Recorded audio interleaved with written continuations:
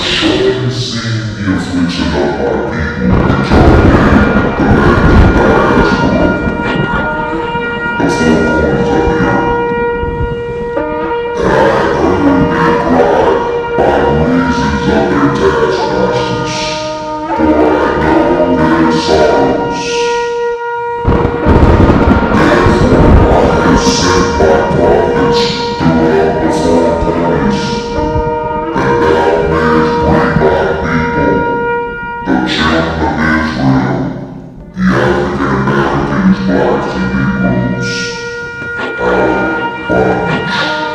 have brought my people out of the lands of bondage, they shall serve me upon this mountain. I will write my laws in their inward parts, and write it in their hearts, and I will be their Elohim, and they shall be my people. I am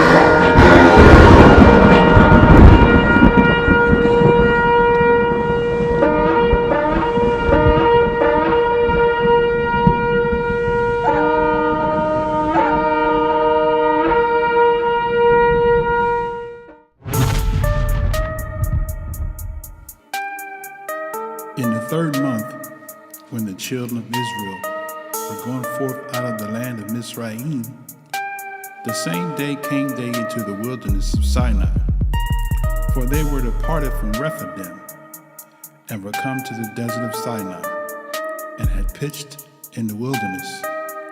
And there Yasra'el camped before the mountain. And Shemite went up unto Yah, and Yah called unto him out of the mountain, saying, You have seen what I did to the Egyptians, and how I bore you on eagle's wings, and brought you unto myself. Now therefore, if you will obey my voice indeed, and keep my covenant, then ye shall be a peculiar treasure unto me, above all people, for all the earth is mine. And you shall be unto me a kingdom of priests, and a holy nation. These are the words which thou shalt speak unto the children of Israel.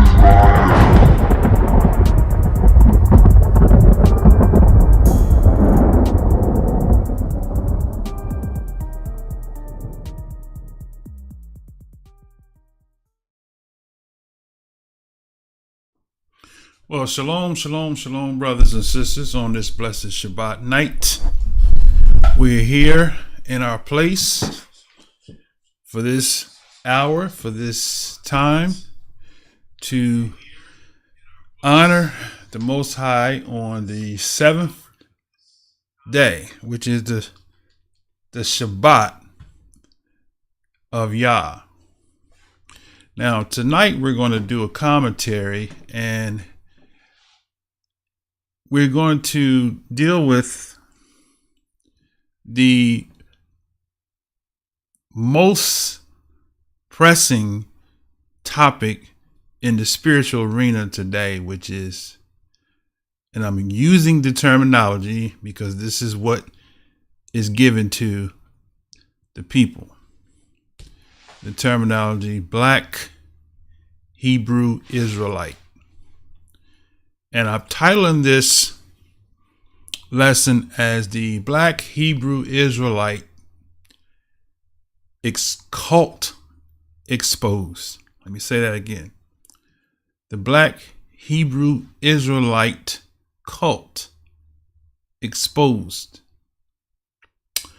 So that's what it's being labeled as. It's being labeled as a cult. So we're going to expose this cult. And I'm going to actually play a video, but before I do that,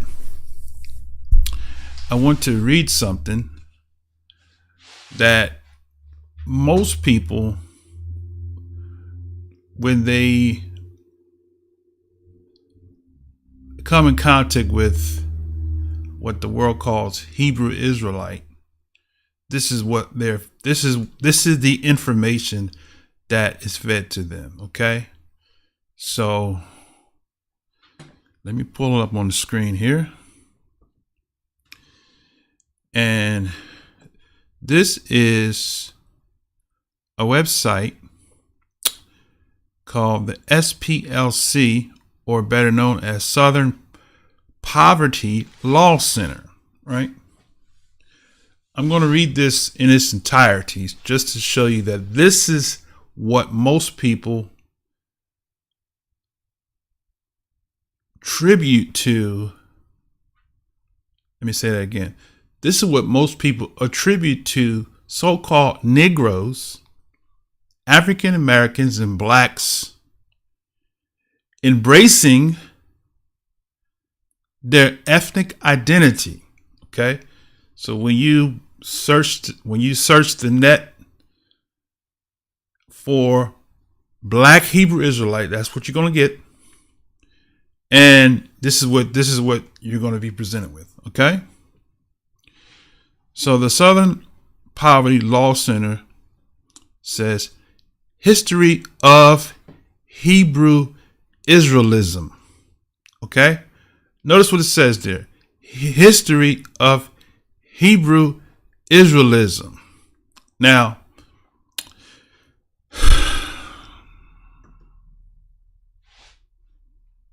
this is the dangerous thing of putting labels on people, right? An inaccurate label at that. What is Hebrew Israelism? Okay, but we're going to get back. We're going to read it, okay?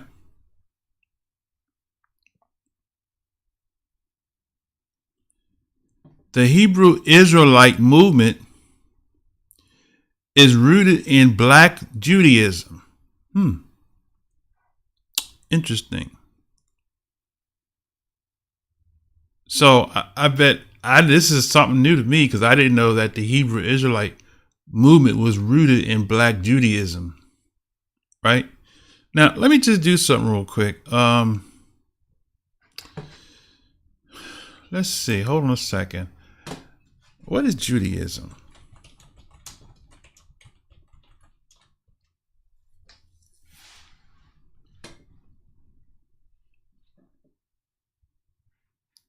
Okay, let's see. Let's go to Encyclopedia Britannica on that. And let's see what Encyclopedia Britannica says, right? Okay. It says Judaism, right? Monotheistic religion developing among the ancient Hebrews. Judaism is characterized by a belief in one transcendent,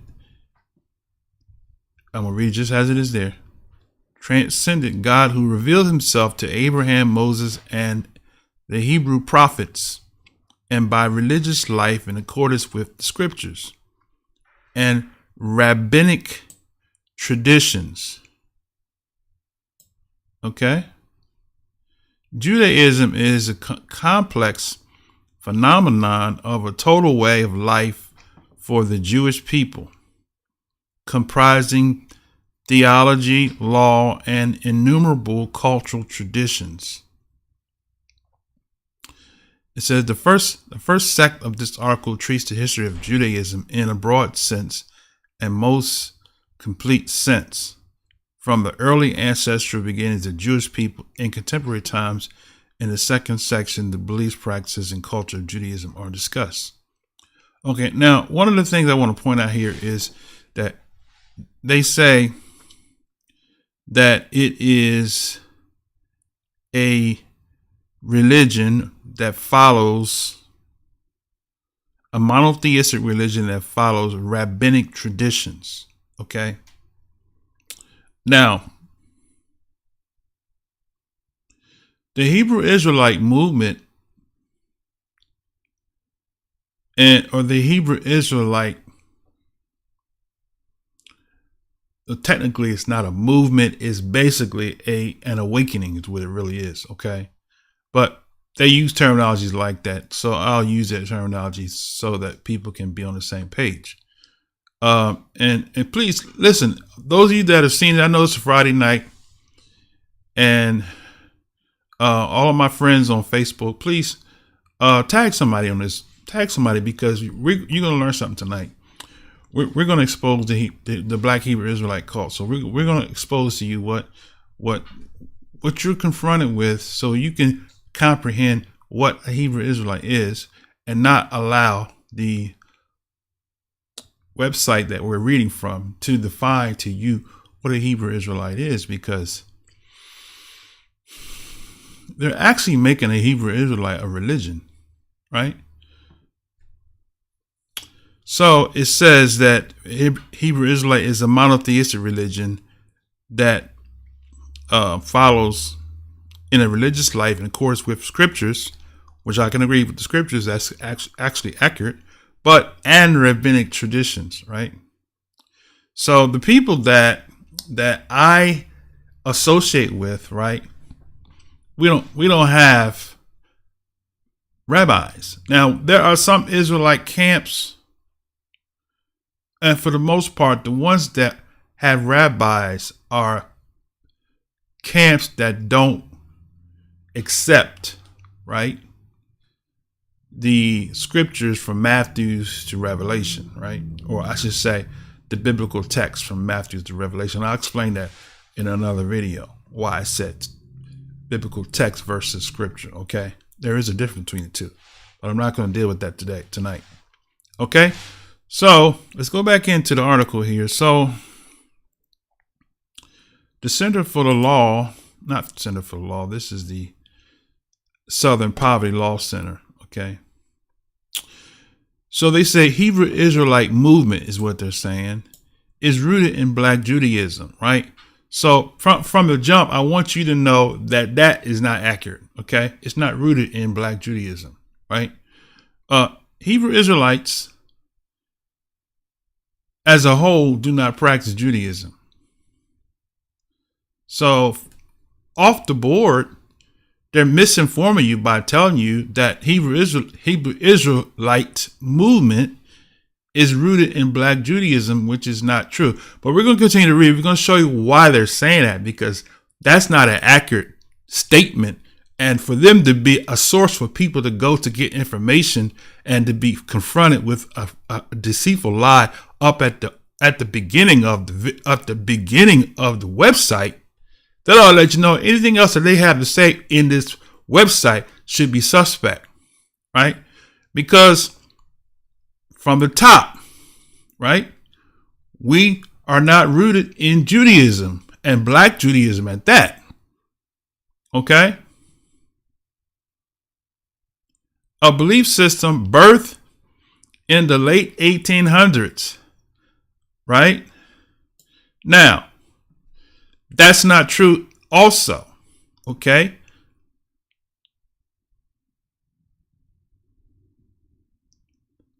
There's only one group, maybe two, possibly three, that was founded in the late 1800s, right? Now, they're going to talk about that in this. So let me just continue to read, okay?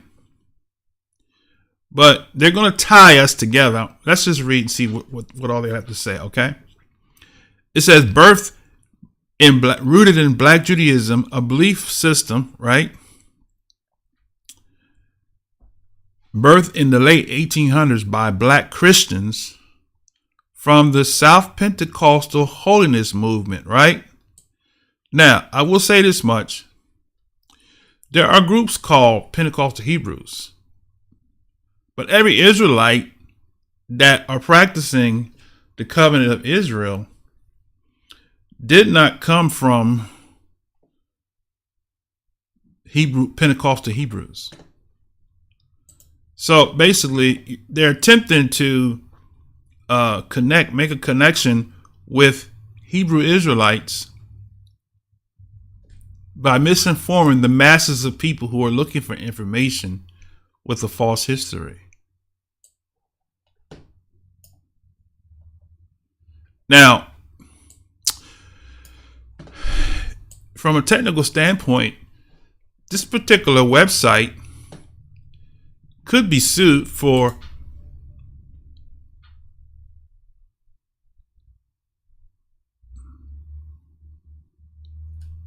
I don't know the proper terminology, but it's somewhere in the line of slander.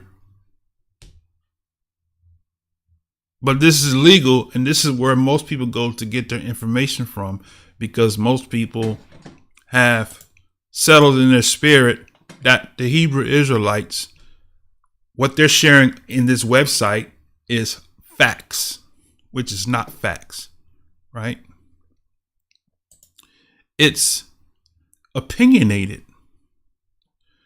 But they want you to believe that Hebrew Israelites started in the 1800s, rooted in Black Judaism, which is false information. Okay, let's continue. They claim to have received a revelation, right? America's recent emancipation slaves were, I'm going to read just the way it is, God's chosen people, the true Hebrews. Okay, now, so he said a whole lot here in that one of the opening paragraphs. So this is basically, he's letting you know that this is what he wants you to take from this website, right? Which this misinformation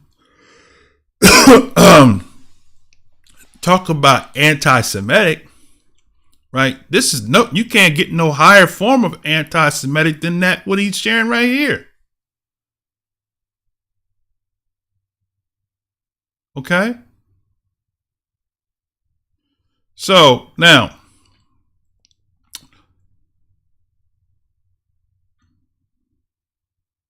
he said that they claim to have received revelation, right? Now, here's the thing. Not everybody that have embraced their identity had a revelation. As a matter of fact, there are more people that didn't have a revelation than that did have a revelation. Most people that embraced their identity embraced it through reading the scriptures and making the connection. Okay.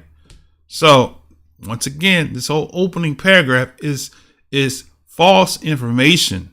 It is misleading, right? It is deceptive. So if you want to know what a Hebrew Israelite is, then why not ask someone who has embraced that they are a Hebrew Israelite? What is a Hebrew Israelite, and what is your starting point, right? Okay. The average Hebrew Israelite that actually follows the scriptures will straight up tell you the origin didn't come from the 1800s. It didn't come from Black Judaism. It came from just sitting down, being a student of the Bible, and reading and saying, I can relate to that. What I'm reading sounds like my people. I remember years ago reading, right? And reading the Psalms, Psalms 150, right? Where it says, Psalms 150 says, make a joyful noise, right? And when you look at the so-called Black church, you see that the so-called Black church makes a lot of noise when we get together for service. That's something that's common among so-called Black churches, is making noise. And not only just making noise, but making a joyful noise, right? And if you go to Psalm 150, it talks about playing skillfully, right? On the loud sounding cymbals, right? Okay. After reading 150 Psalms, I remember years ago saying, they sound like Black people. Dancing, you know what I'm saying? Making a loud, joyful noise, right? The king of Israel, David, we call him David, dancing, right? Party. All that's synonymous with so-called Negroes, right? All right, so everybody didn't get a revelation to inform them that they're Israel, right? So that's misinformation, all right? Let's go back in. Let me put my CNI glasses on here. It says, editor's note. The SPLC no longer supports the framing of black-led anti-Semitic hate groups as supremacists. Let me read that again.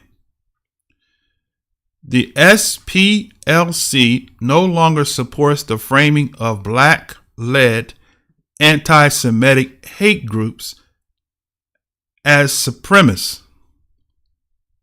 because such characterizations perpetrate a false equivalency between what these groups represent and white supremacy. Okay?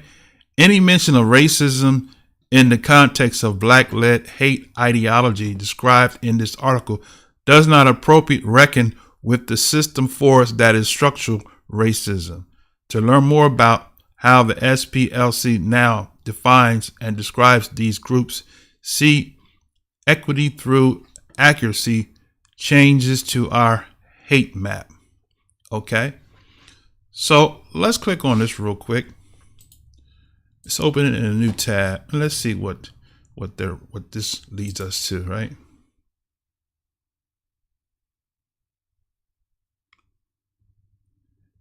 It says, in pursuant to a more accurate and more just hate map, the Intelligence Project IP has committed to collapsing the black separatist listings. We will still monitor these groups, but we will be transferring them to hate ideologies, including anti-Semitism, that better describes the harm their rhetoric inflicts. Okay? It says this decision comes after many internal and external conversations. A change in the way the map is structured will better capture the power dynamics endemic to white supremacy. Black supremacist groups land on the SPLC's hate map because they propagate anti-Semitic, anti-LGBTQ, and male supremacy views, not because they oppose a white supremacist power structure. So let me unpack this real quick, what we just read. So they made a decision to label Hebrew Israelites as a hate group because, right? Because he says here, they propagate anti-Semitic, right? Now, something I want to address real quick, because this terminology anti-Semitic is actually a new terminology that's, sorry about that. It's a new terminology, right? That has been used, right?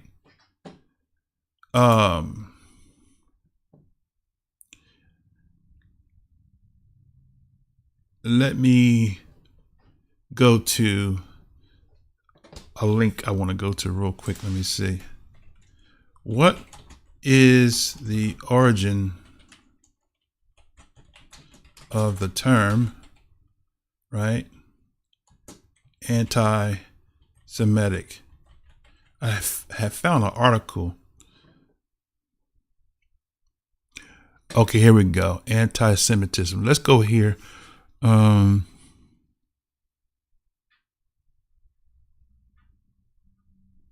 It's a couple things. A couple of things comes up. We can use Wikipedia for now. All right, let's go to this Wikipedia article first, right? Okay, so it says here, anti-Semitism, right? also spelled anti-Semitism or anti-Semitism, as you see the differences there, is hostility to, prejudice towards, or discrimination against Jews, right? A person who holds such positions is called an anti-Semitic. Anti-Semitism is considered to be a form of racism. Okay, now, so with that said, the one thing that you have to consider is this terminology Jew, right? The terminology Jew is supposed to be a reference to a descendant of the tribe of Judah or Yehuda, also known as Judeans, right? Or someone who was a native of the country of Jerusalem, aka Judea.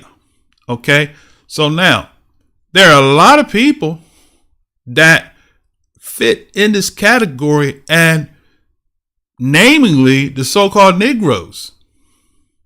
So what Kanye was saying, he can't be anti-Semitic, was because he knows he's made the connection that we, the so-called Negroes, came from the kingdom of Yehuda, right?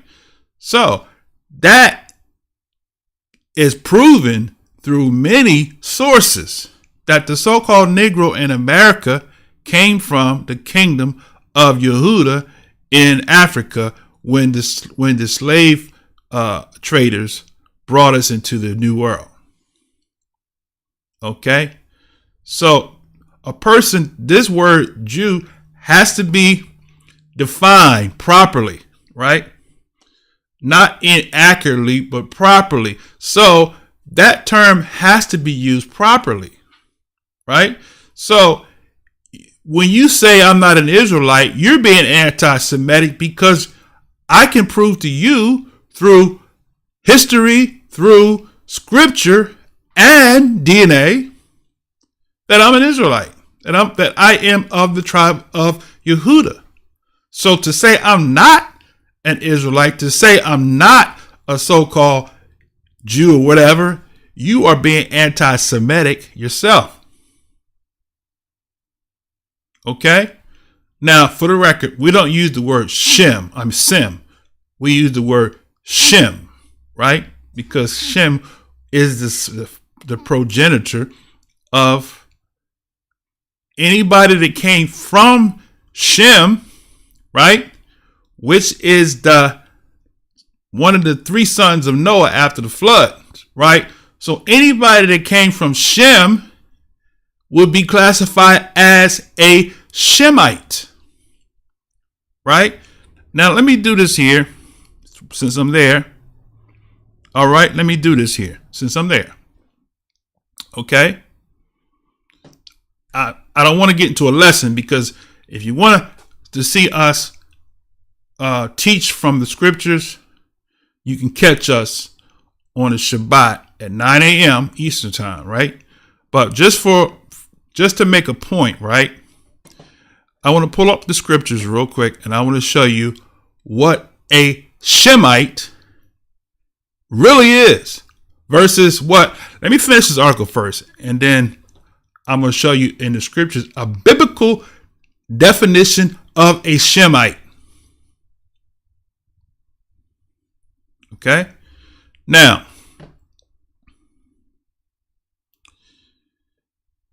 let's go back to this article. I could do this here, okay? This word, he says Jew, right? Let's just go with the definition of what he has here, right?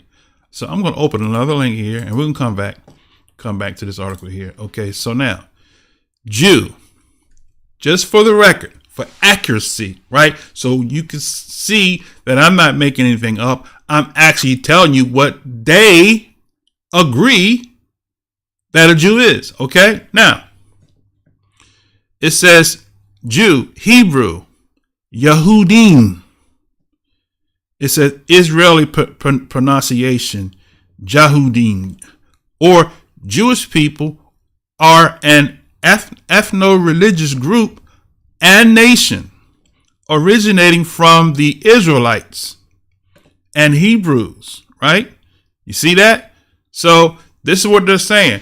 They're saying that a Jew is a person who originated from the Israelites and Hebrews, a historical Israel and Judah. See that? They even got a map. They're showing you the kingdom of Judah right there. Right? So anybody that came from the kingdom of Judah, right, would be classified as a quote unquote Jew. Right? Now, let's continue.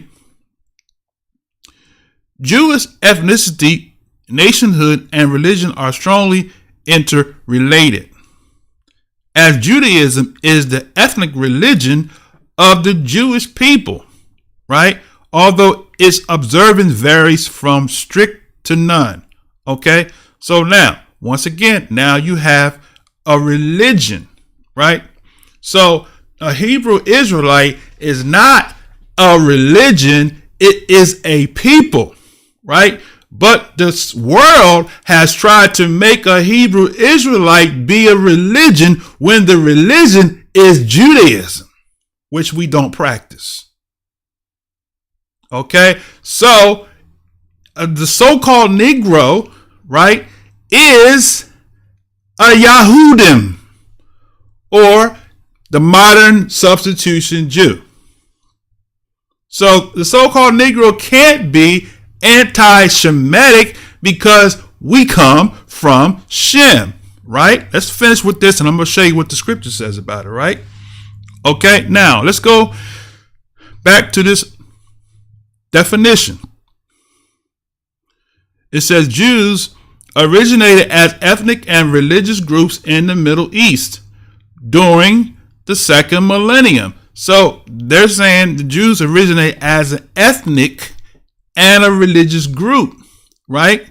So you have people that are a ethnic group, right? That's who we know we are. We are an ethnic group of people that came from the kingdom of Yehuda or Judah, right? But then also they formulated a religion from the people, and they indulged as they created what's called the Talmud. You have the Jerusalem Talmud, and then you have the Babylonian Talmud, right? Okay. The Israelites that came out of Egypt after 430 years, did not practice Judaism. Okay?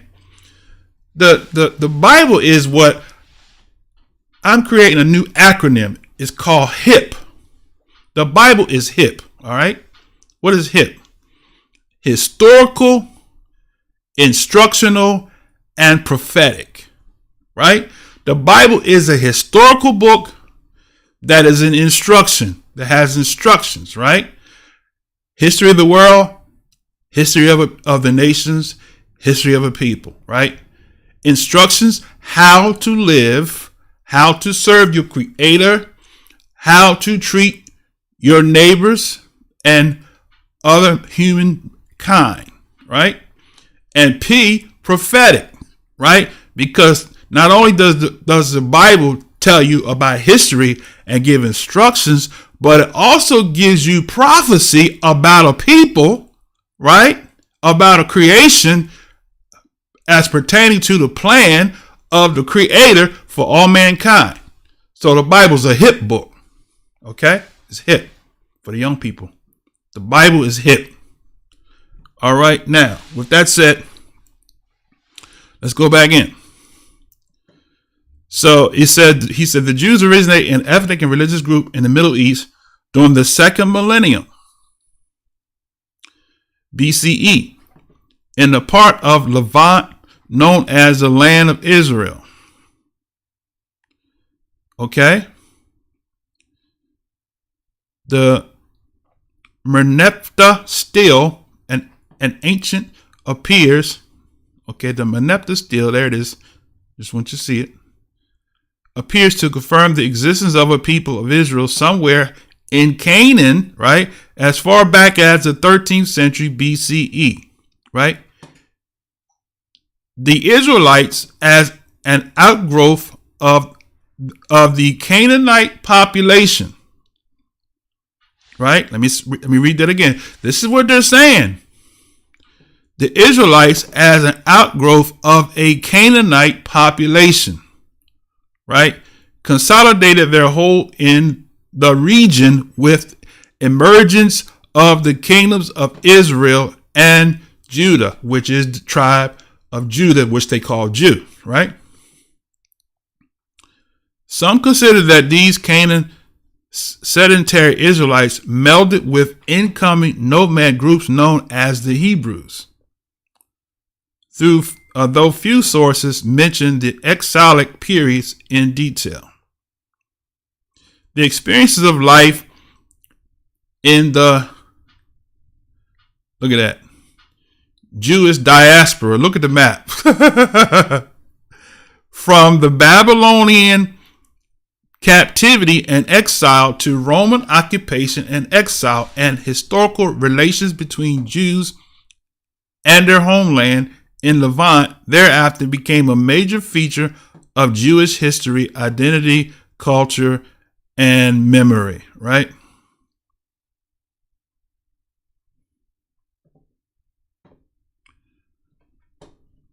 Okay. Now, I'm gonna jump out of here now. I just wanted you to just kind of get a understanding of what a so-called Jew is supposed to be, right? All right. Now, with that said, let's close this back. Let's go back to anti-Semitism. All right. So, because I'm breaking it down to show you when the term anti-Semitic was used. But let's see. Hold on a second. I said I was going to show you something in the scriptures real quick. So let's do that here. Let's go to Genesis, right? The Table of Nations. So to understand what a Semite or a Shemite is, we have to look to the scriptures to define to us what is a Shemite, right? So let's go to Genesis chapter 10. And we're going to skip down past all of the first two sons, and we're going to get to Shem, verse 21. All right. It says, unto Shem also the father of the children of Eber. Right? So Shem, right? Let's just back up for a second. Go up. Okay. Noah, after the flood, verse 1 says, now these are the generations of the sons of Noah, Shem, Ham, and Japheth. And unto them were sons born after the flood. Okay? So we got Shem. These are Noah's three sons. Going back to 26 now. 21, I should say. Unto Shem, also the father of Eber, right? Eber is where you get the word Hebrew from. Right? So Eber, the brother of Japheth, the elder, even to him were children born. So here's the sons of Shem, the children of Shem. So anybody that comes from Shem, right, would be Semetic, right? Not just Israel, not just Jews, but anybody that come out of the loins of Shem would be classified as a Shemite. All right, here we go. The children of Shem. This is the scripture. This is not hate. This is nobody's speaking against nothing. We're telling you what the scriptures say, who Shem is, right? Shem, the children of Shem. Elam, right? Asher, right? So you got the Elamites. They are Shemites. You got the Asherites, right? From Asher. They are Shemites. Arphaxad, right? Lud, right? Aram, right? All those are descendants of Shem, which make them Shemites, or modern terminology, Semetic. Right? We haven't even got to Abraham yet, but all those people there will be classified as being Semitic. The children of Aram, Uz, Hul, Gether, and Mash, right? Arphaxad begat Salah, and Salah begat Eber, right? So all these people that we mentioned so far would be Shemitic or Semitic.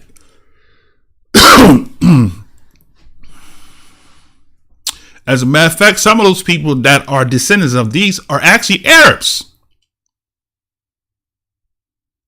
And some of the Arabs are more Shemitic than you could ever imagine because they come from Shem. But so people can speak out against Arabs and don't get labeled to be anti-Shemitic when in fact these sons right here are descendants of Shem. Where is the same consideration given to them to say you anti-Semitic by speaking against an Arab? So it's hypocrisy that this society has labeled anti-Semitic on one of the descendants of Shem, when everybody else that come out of the loins of Shem should be classified as Shemitic. So that's not fair to label somebody being anti-Semitic because they say something against one of the supposed descendants of Shem. Okay? Now, so Eber is a Hebrew. So Eber, unto him was born two sons, Peleg, right? So Peleg is a Shemite, right? Eber is a Shemite, right? Okay? Here's one that a lot of people don't know nothing about. Joktan. Joktan was a Shemite. Many Arabs come from Joktan. He's a Shemite. Right? You have Afro-Asiatic Arabs and you have Indo-Eurasian Arabs. Right? The Indo-Eurasian Arabs are the lighter ones. The Afro-Asiatic Arabs are the darker ones, right? Okay. So Joktan begat Almodad, Shalef, Hazarmaveth, Yerah, Hadaram, Uzal, Diklah, Obal, Abimael, and Sheba. Ophir, Havilah, Jobab, all these were the sons of Joktan. So all of these people are people that populated in, watch this now, what the world calls Saudi Arabia. They're Shemites.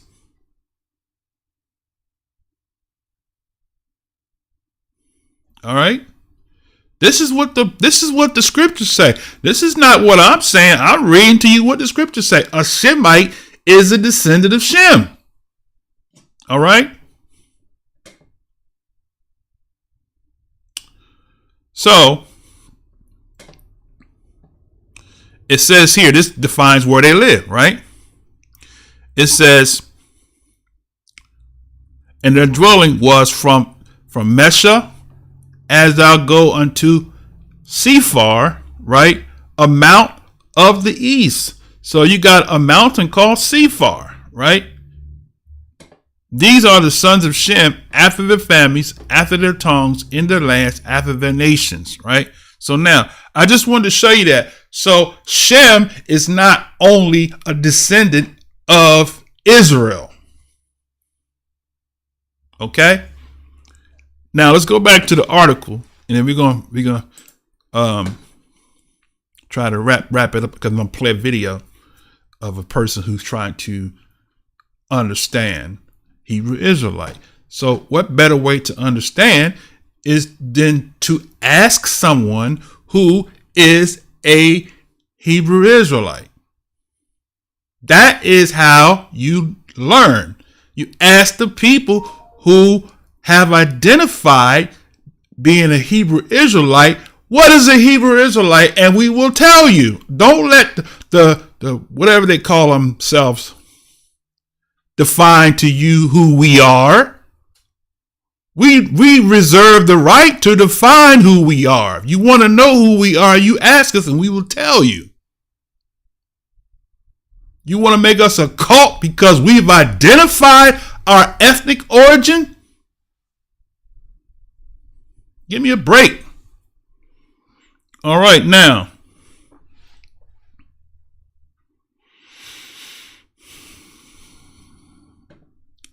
See, Yah's not pleased with this foolishness that's going on, right? He's trying to prepare the earth for peace. The people who he sent into captivity, as was prophesied all through the book, have to be delivered from the prisons and released back under the bonds of the covenant so that the Messiah can return to bring peace on the earth. Don't you want peace?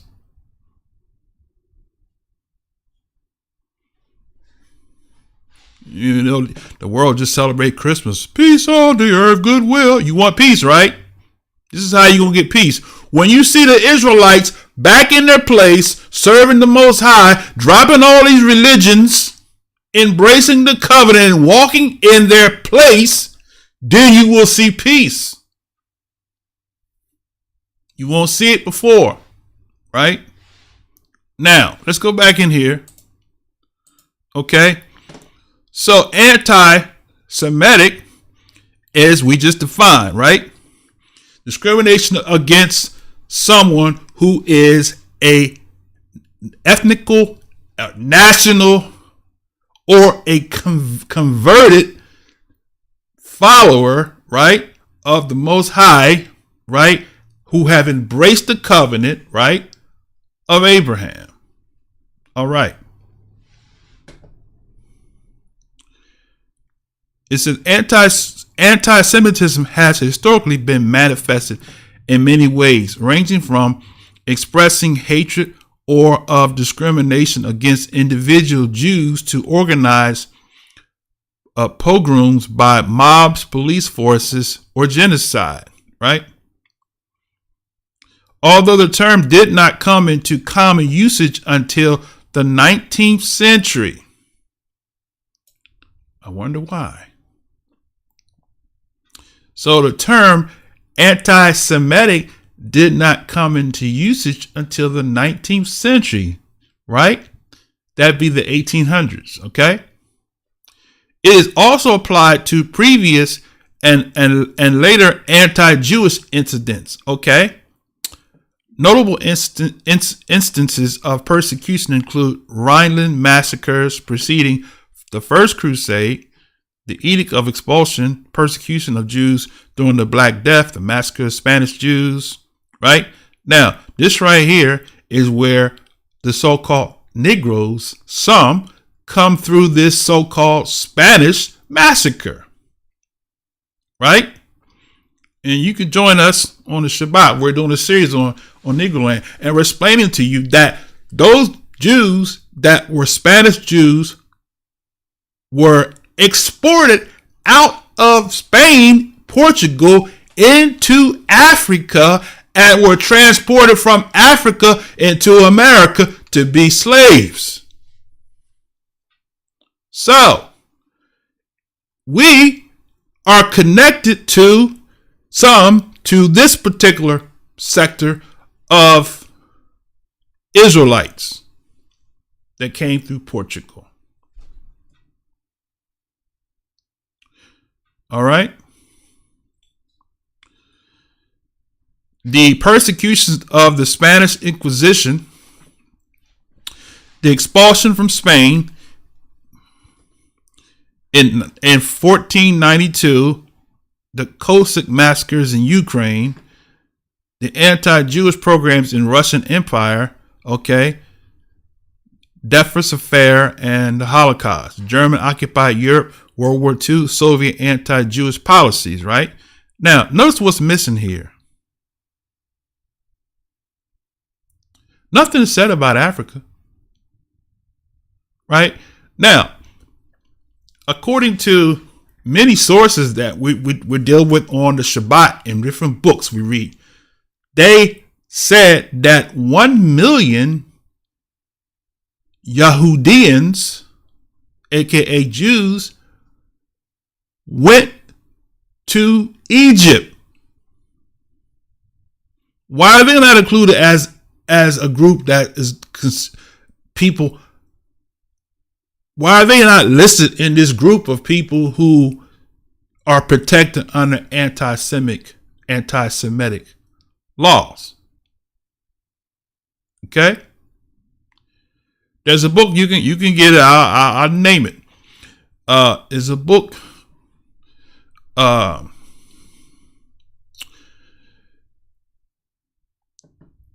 There's a book that talks about the Hellenization of the Jews, and they quote from Philo, right?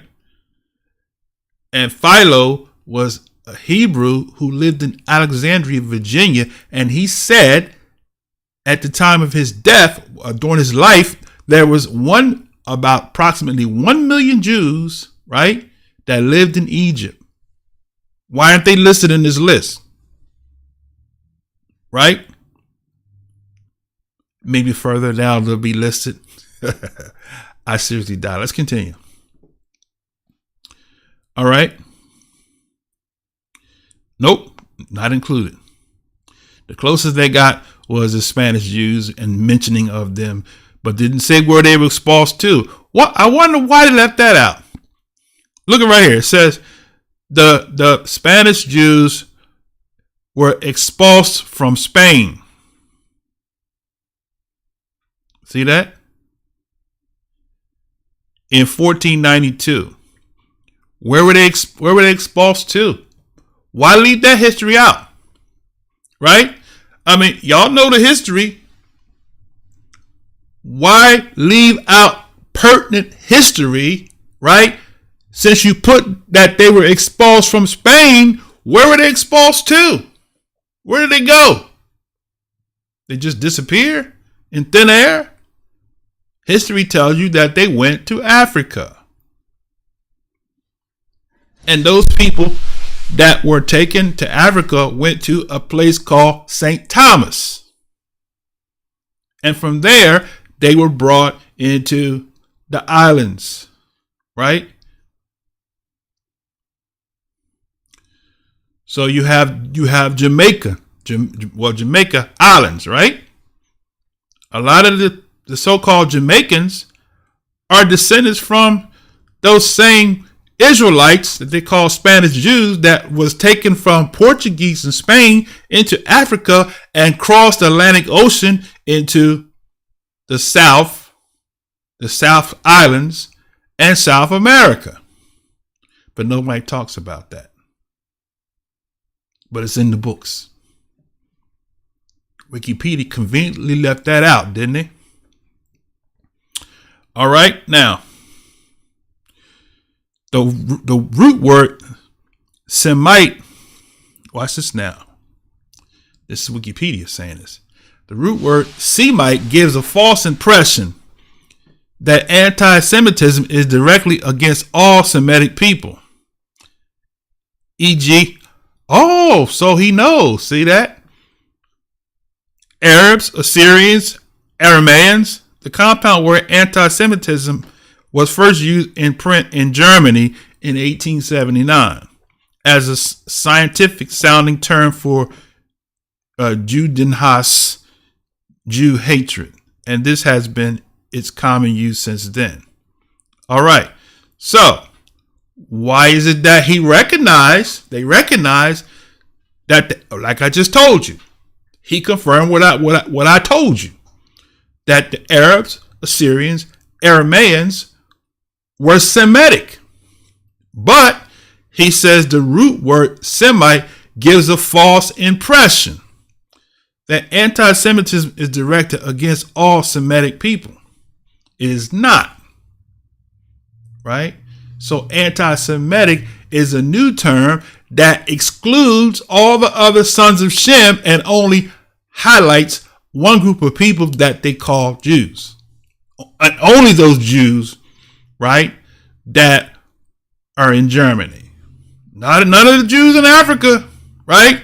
None of the Jews from Spain, right? Only the Jews because that's basically what the whole terminology was coined from, right? Okay, now let's get back to the Southern Poverty Law Center. So they say this is what they think of you, and this is misinformation, and they should be sued for false representation, right? All right. They made a disclaimer, but that doesn't matter because you're posting this as the truth, right? That would be a defamation of character, wouldn't it be? All right, now. He says it's important to acknowledge the movement we are in and incredible efforts of groups such as the Movement for Black Lives and the Power to Protest despite militarization of our police departments nationally. The continued police violence directed against the black community and lack of justice for their victims show plainly the struggle for black lives is not over. Okay. SPLC and IP more specifically recognizes the common language shared by our black supremacist listings and federal attempts to criminalize black activism. We reject federal law enforcement's false and misleading content regarding threats from black separatists. We believe this contention is used to justify the over-policing and surveilling the communities for color, contributing to false dichotomy does not serve SPLC's mission of racial equality. Okay, so that was what he referenced, this equity through accuracy. All right, let's get back to the article now, okay? Having said that,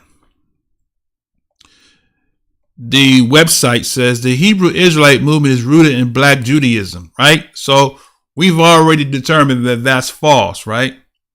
That's false information, right? The Hebrew Israelite movement is not rooted in Black Judaism. Take that down because it's deceptive. It's a straight out lie. Right? Now, let's go back in.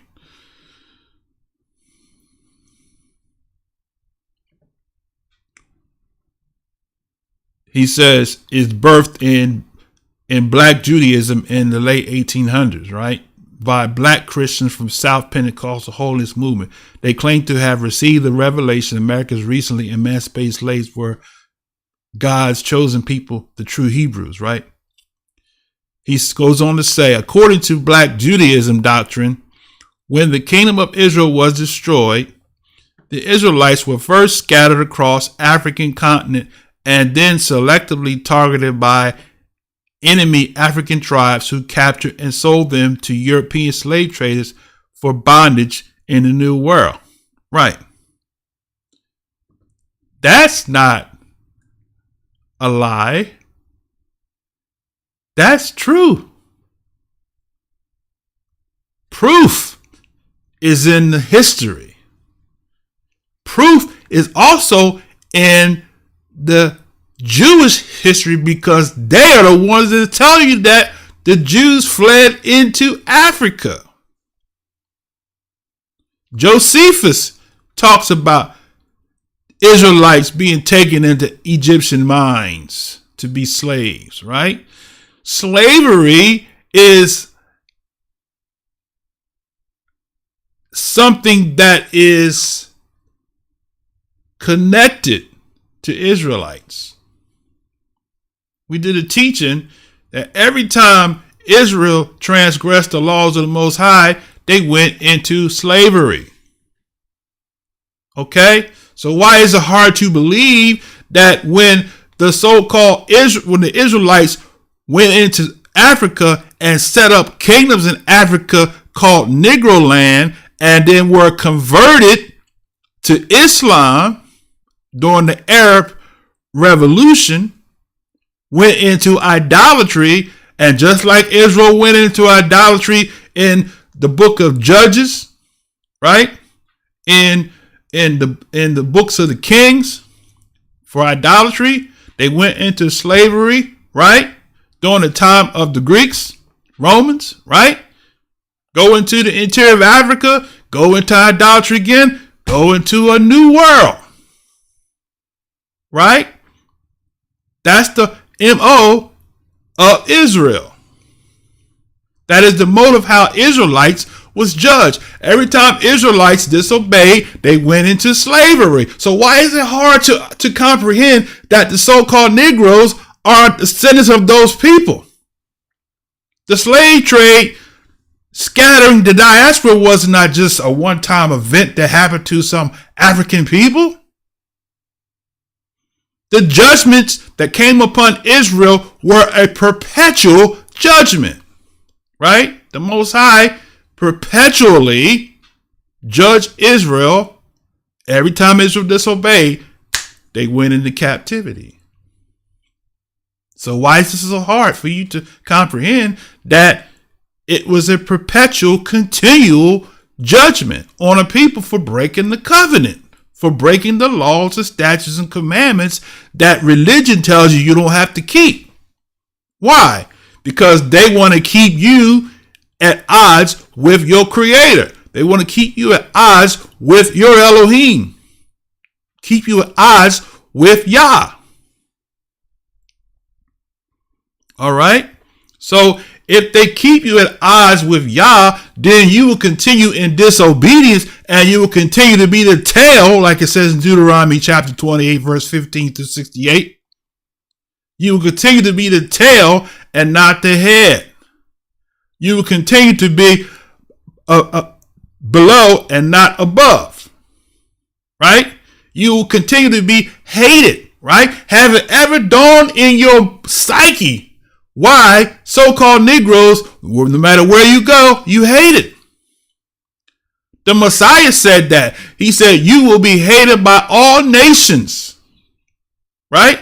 Who is hated by all nations more than the so-called Negroes? Negroes in France, hated. Negroes in Netherlands, hated. Negroes in Spain, hated. Negroes in America, hated. Negroes in India, hated. Negroes in China, hated. Everywhere we've gone, we're hated. Why? Because the book said so. Deuteronomy 28 says, these signs shall be upon thy seed. When you see a sign tells you, where are you? You driving down the interstate, you see a sign say 95. You know you're on the East Coast somewhere. Right? You see a sign say 10, right? You know you somewhere going east to west, right? You see a sign say 75. You know you're going north and south, right? North, southwest, right?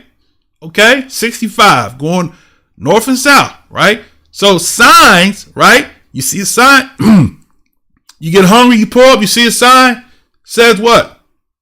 Whole Foods, right? You at Whole Foods. So a sign points to something. Deuteronomy 28 says, these signs shall be upon thy seed, right? So captivity, oppression, and hated by all nations are signs that are synonymous with so-called Israelites, okay? The Messiah said in Luke 21, he said, you shall be led captive into all nations. Right? All nations. What does all nations mean? Just one place? Or all nations that exist? Right? The Messiah said, you shall be led captive into all nations. How is that hard for a so-called Negro to comprehend that you are Israelite? As the prophecy said, you will be scattered to the four winds. Right? In so many places, not just Deuteronomy 28. All through the prophets. The prophet said Israel. One prophecy said, I said I will scatter them into the winds and cause the remembrance of them to cease from among men. You forgot who you was. Why? Because the Most High said it would happen. Right? When you went into captivity, what happened? Those people that enslaved you beat your heritage out of you. That's prophecy being fulfilled, brothers and sisters. Right? Let me get back in here. All right, so according to Black Judaism doctrine, and it's not Black Judean doctrine, let's set them straight, right? According to scriptures, right? The kingdom of Israel, when the kingdom of Israel was destroyed, the Israelites were first scattered across the African continent. Right. That's what they say in history. That's what the Jews say in history. Ask any Jewish rabbi. Ask them, say, Mr. Rabbi, would you please tell me the truth? Did Jews go into Africa during the time of when the Romans, Titus came into and sacked Jerusalem? Did they go into Africa? If he's truthful with you, he will say yes. Okay, we're going to do a commentary on this one Jewish rabbi, right? He has a video called "When Did the Jews Become White?" Okay, and we're going to do commentary. Maybe next week, maybe next Shabbat night, we'll do a commentary on him and let you listen to him to see how he explains that.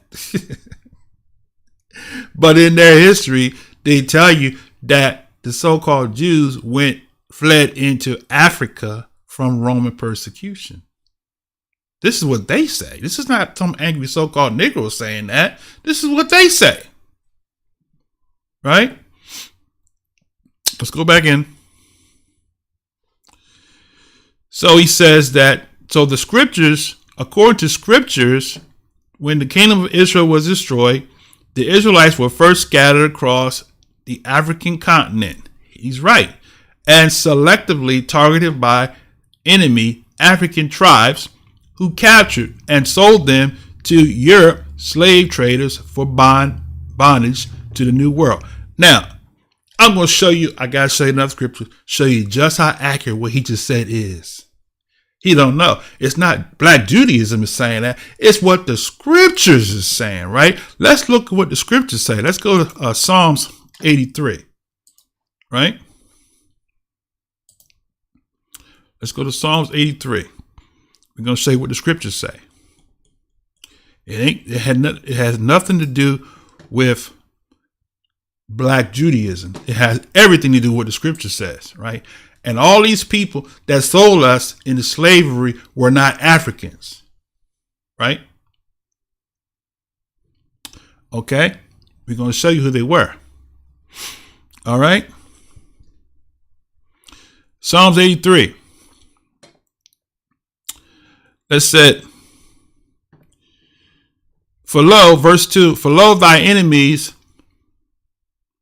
make a tumult, and they that hate thee have lifted up the head, right? They have taken crafty counsel against thy people, right? And consulted against thy hidden ones. See that?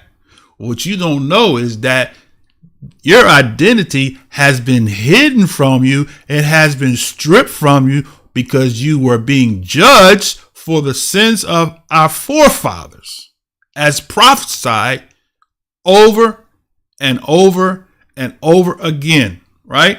Now, let me get back. So he says, they have taken crafty counsel against thy people and have consulted against thy hidden ones. They have said, come, right? Let us cut them off from being a nation, right? That the name of Israel may be no more in remembrance. So now we're going to show you who these people are that conspired. They were not Africans. Okay? Even some Israelite camps taught that. These were not Africans, right? They had the label African put on them. But we're going to tell you who they were, right? Let's continue.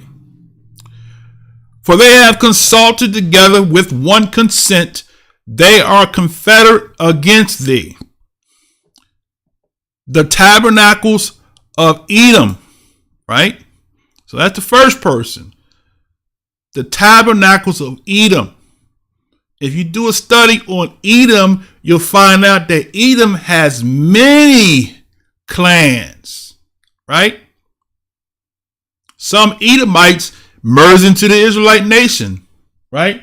Some Edomites merged into the interior of Africa and settled in Africa, right? Some Edomites merged in with the Roman civilization, became one people with Rome. Okay? That's Esau. Esau has many clans. This is not a lesson who Esau is, but I just wanted to throw that out there while I'm there, right? So Esau, right? The second person we see in here is the Ishmaelites, right? Who are the Ishmaelites? These are cousins to Israel through Hagar. Okay? So Ishmaelites are descendants of Ismael, right? All right.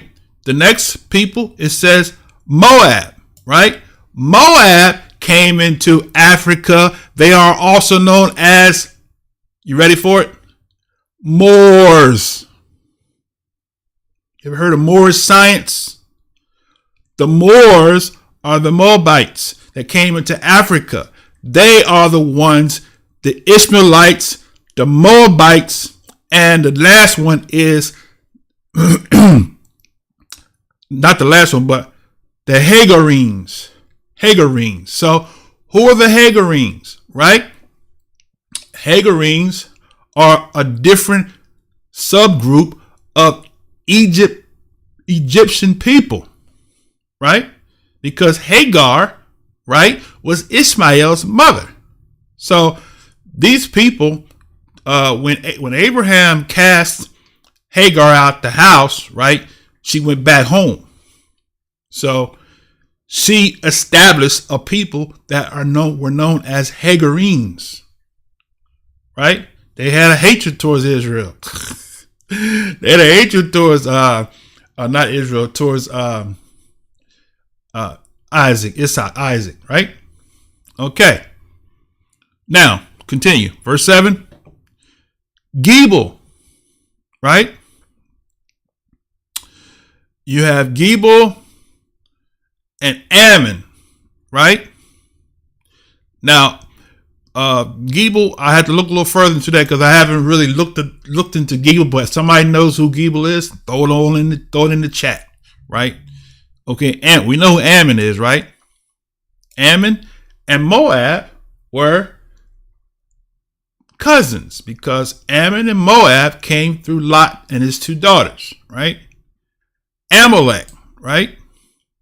Okay, so Amalek are the Amalekites, right? They also came into Africa, right? And dimed us out with the other people we see here. And the Philistines, right? Or, pardon me, the Palestinians, right? Now, interesting thing is that these are people of color that look like Africans, but they are the ones that had their hand in selling the children of Israel into slavery, right? Now, next you have what? All the inhabitants of Tyre. So that's Canaanite people all along the coast of Israel, where Tel Aviv is, where the Mediterranean Sea meets that borderline of Israel, the Gaza Strip and all of that. Those people are Philistines, Canaanites who never was destroyed but lived in. They became the prominent people who dominated the sea trade. Historically, when Israel went into Africa, they had alliances with Tyre selling, right? During the days of King Solomon, Tyre partnered with Israel in sea trade. The same people that partnered in sea trade ended up selling Israelites into slavery. Okay? That's possibly one way how Israelites, the ancient Israelites, went back into the literal land of Egypt in ships, because there was a sea trade. Okay? Now, so Tyre and Asher, all these people that I named, right? Asher and Tyre are Semites, descendants of Shem, right? They're the ones that got together to conspire to sell the so-called Negroes, who are Israelites, into slavery. It's right there in the book. We just read it. Asher joined with them. They have helped the children of Lot. How did Asher help? Assyrians had ships, right? The scripture talks about the ships of Chittim, right? Okay? Chittim is the Spanish, or I should say Chittim is the Greeks, right? And the Romans. Okay? In the book of Jasher, it says Chittim is Rome, right? So you had, I think it was twin brothers, Romulus, and what was the other one? Romus and Romulus, I think. Don't quote me though. All right. Now, so it says, so that's who came into Africa to sell us into slavery. Edomites, Ishmaelites, Moabites, Hagarites, Gibeonites, Ammonites, Amalekites, Philistines, and Canaanites. Those that didn't merge with the family of Israel, because we didn't marry into some Canaanite family. If you go to Judges chapter 3, you will see that Israelites married into Canaanite family. Judges chapter 3. All right. Now, let's get back. So the brother, basically, what he deemed as Black Judaism is scripture. So that part is accurate. He said, according to, now this right here needs to be changed, according to the scriptures, right? When the Israelites was destroyed, when the kingdom of Israel was destroyed, the Israelites were first scattered across the African continent. And that's not accurate. They were first scattered to North Africa first, then spread to the continent, right? And established the kingdom of Negroland. And then here comes all the cousins, right? They came in and sold Israel into captivity. So the Israelites were first scattered across African continent. No, they first went to North Africa first, and then throughout, all the way up North Africa up to Spain, right? To the border of France before the French had came into that area, right? So they went all the way up to Spain, right? And then from Spain, kicked out of Spain over back into the west coast of Africa, where they merged in with the ones that were from the north that went down when the Arabs came in. The Arabs came into the land and said, you convert to Islam or leave. So what did the Israelites do? They went down. Okay? That's what happened historically, right? We got books to prove it. All right, now let's get back. So he says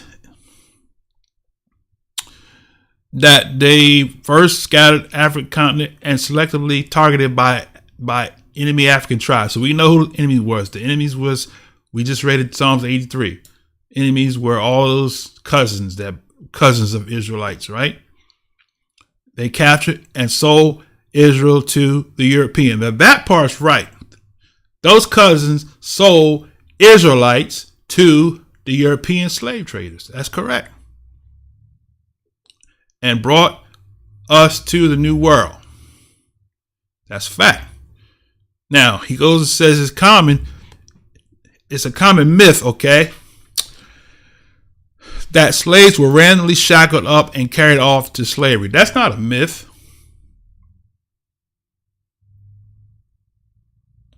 It's a common myth that slaves were randomly shackled up and carried off to slavery. No, it's not a myth. See, that is anti-Semitic, because if we were to say something about the Jewish Holocaust Museum, then we'd be labeled as anti-Semitic, right? But now you're saying that the slaves were not shackled, and we have pictures, museums to prove that what you're saying is false. Whoever the person that wrote this, sound you got hate in your heart, right? Now, okay, let's get back.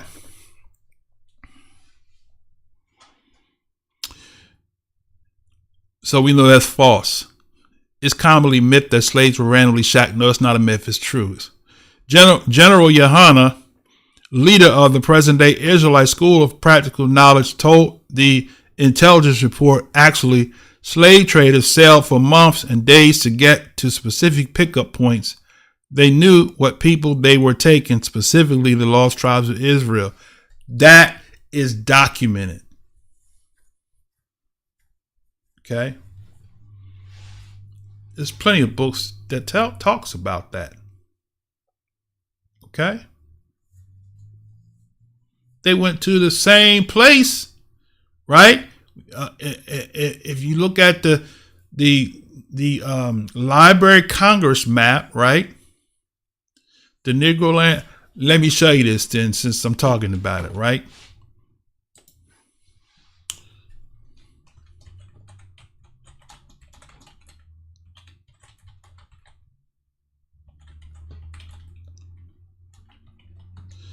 So you won't think I'm making stuff up.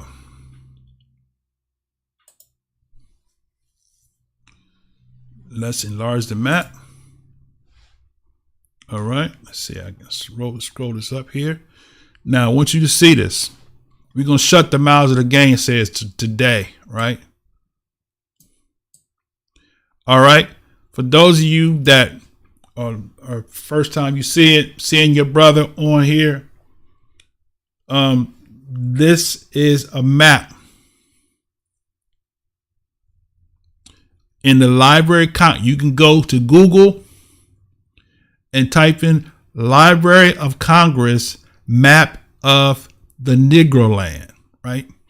And when you do that, you will see that I'm gonna blow it up the whole screen so you can see it. All right. Matter of fact, I'm gonna close myself out just so we can see the map. All right. So now, if you look at this map, you will see it says Negroland right here, right? See that? See where my mouse is going? Negroland. All right. Now you can blow this map up. Look at that. Isn't it wonderful?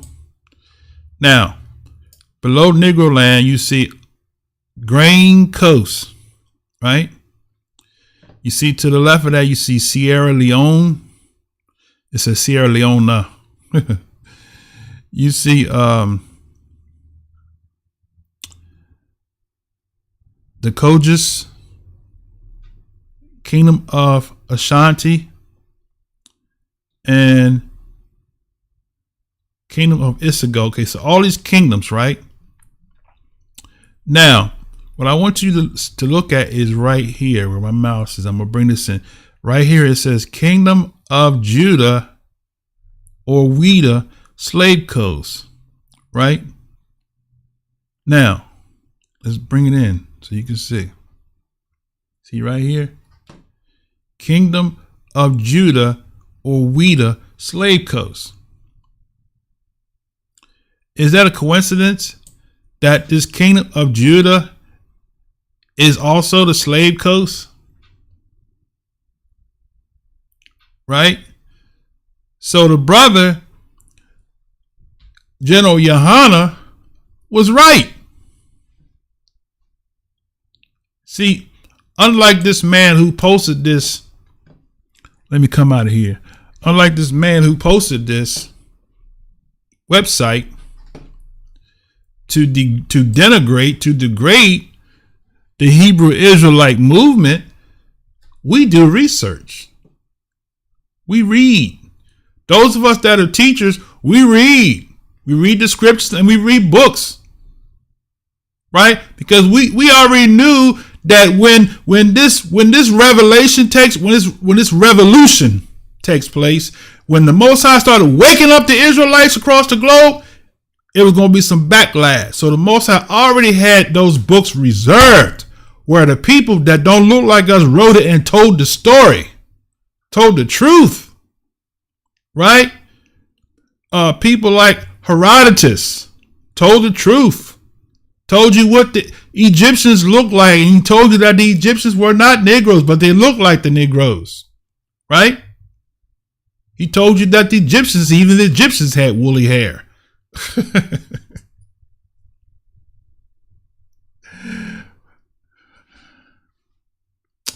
See, but the Most High did a spiritual thing first by waking up Israelites to who we are so we can know who he is. And now he's bringing the rocks is crying and telling our story. Archaeology, right? The relics are talking. The walls in Egypt are talking. They're showing you pictures of Israelites.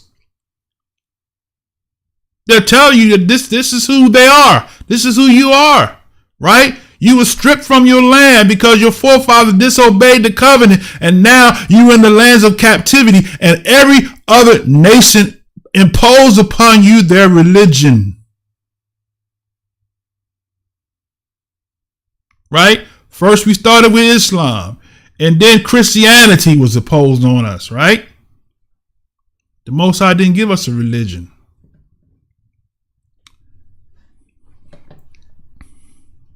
All right, let's get back in it now. So, General Yohana was correct. He goes on to say, Black Judaism leaders preach self-empowerment and economic independence. I wonder who he's referring to. Right? Now, could he be referring to Nat Turner? Or could he be, because see, he want to try to say, right, that the Hebrew Israelite movement started in the 1800s, right? All right. All right, let's do something real quick. All right. Let's shut the mouths of the gainsayers, right? Let's go in. All right, Nat Turner. How about that? Nat Turner, right? It said he was a rebellion of enslaved Virginians that took place Southampton County in August 1831. right?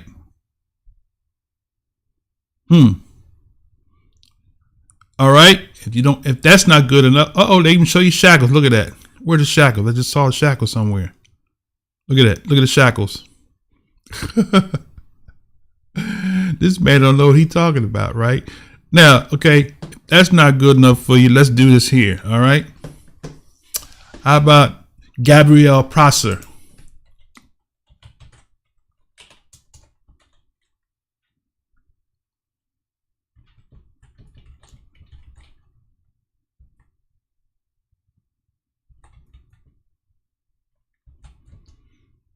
Okay.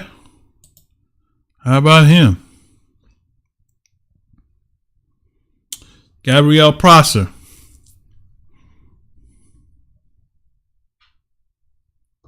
All right. Born 1776, died 1800, right?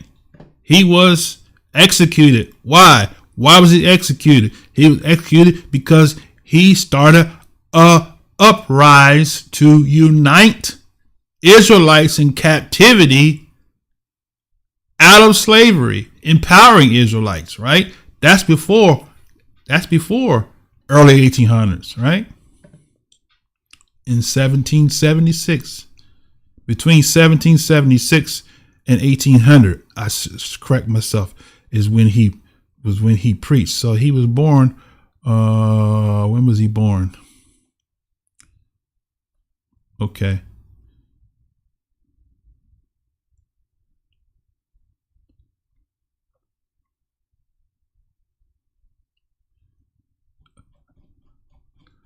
Okay, don't worry about it. But we know he preached between 1776. Maybe that was his birth. Okay. But anyway, he was executed 1800. Right?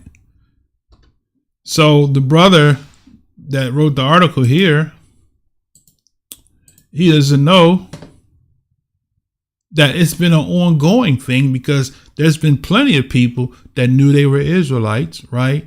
That's the reason why the so-called Negroes was singing so-called Negro spirituals and couldn't read a lick of English. But we could sing about Dang the Lion's Den and sing about Swing Low Sweet Chariot, come and carry me home.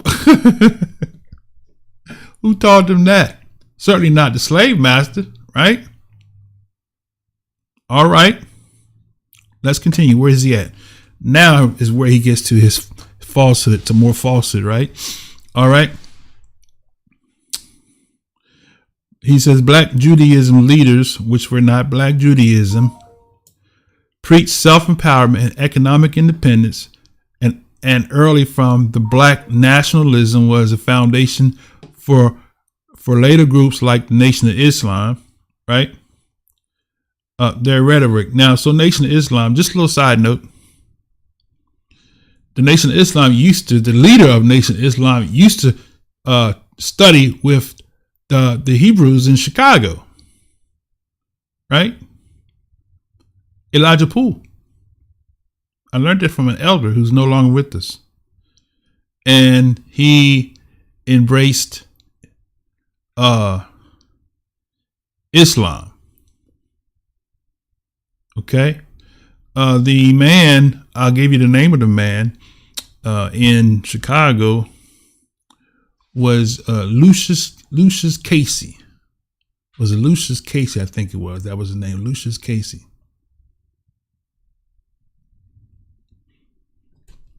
Okay. Let's go back in now.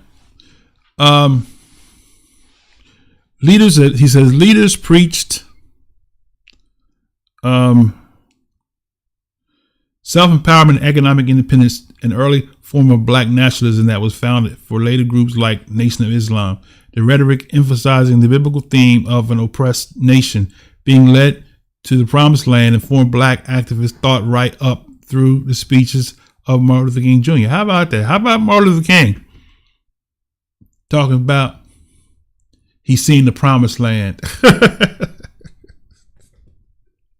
How about Harriet Tubman? They call her the Moses, right? The deliverer, right? How is it that all these things biblical connections was shared, right? And these people didn't know each other. All right, let's get back in it.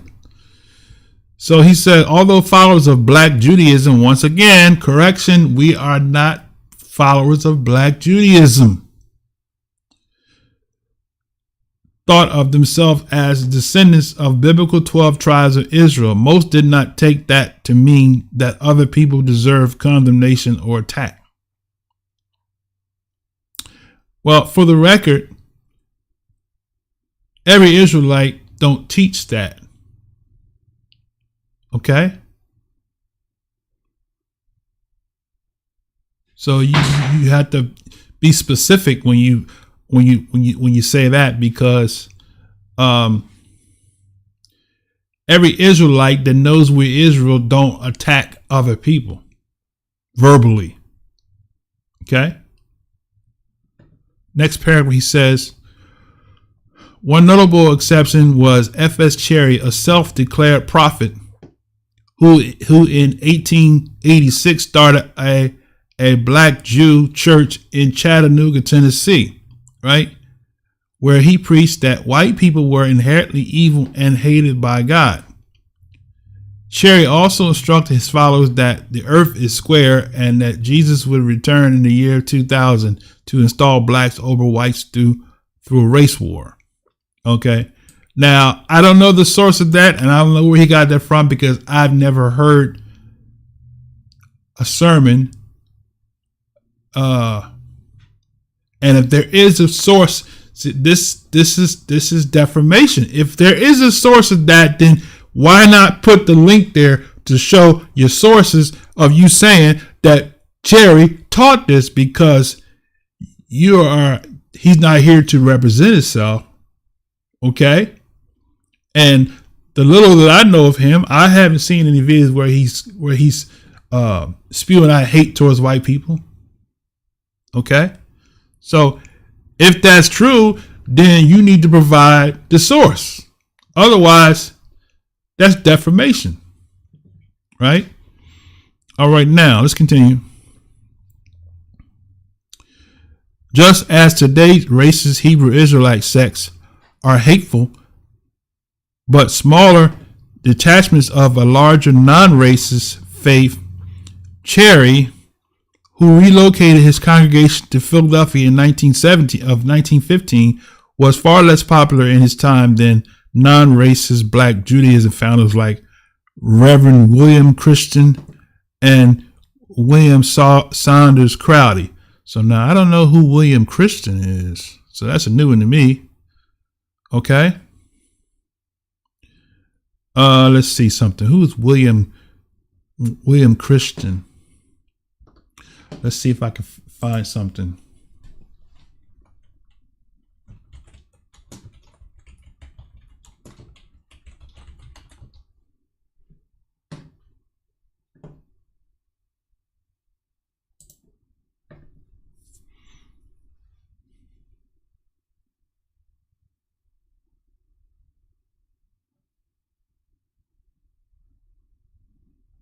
Okay, this must be him here.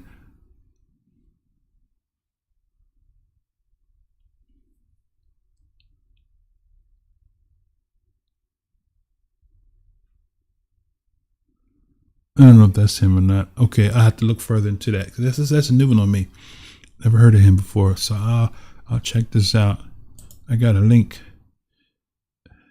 It just says he was in Mississippi, Shelby County. Was born in slavery. He founded the Church of the Living God Christian Workers for Fellowship. Let me let y'all see what I'm looking at.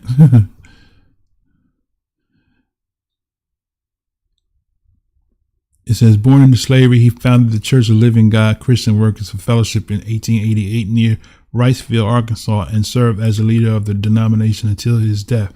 He led the Black Restorationalist movement with the African American Pentecostal churches.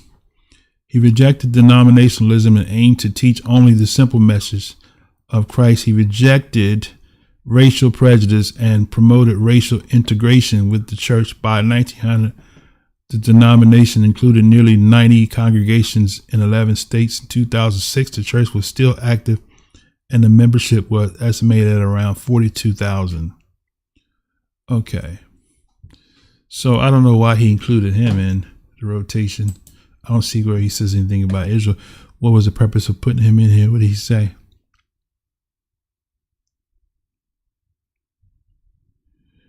Black Judaism founders. Well, I don't see where they gave any reference to him. I don't doubt that he knew he was an Israelite, but I don't see why he's put there. But anyway, let's go back.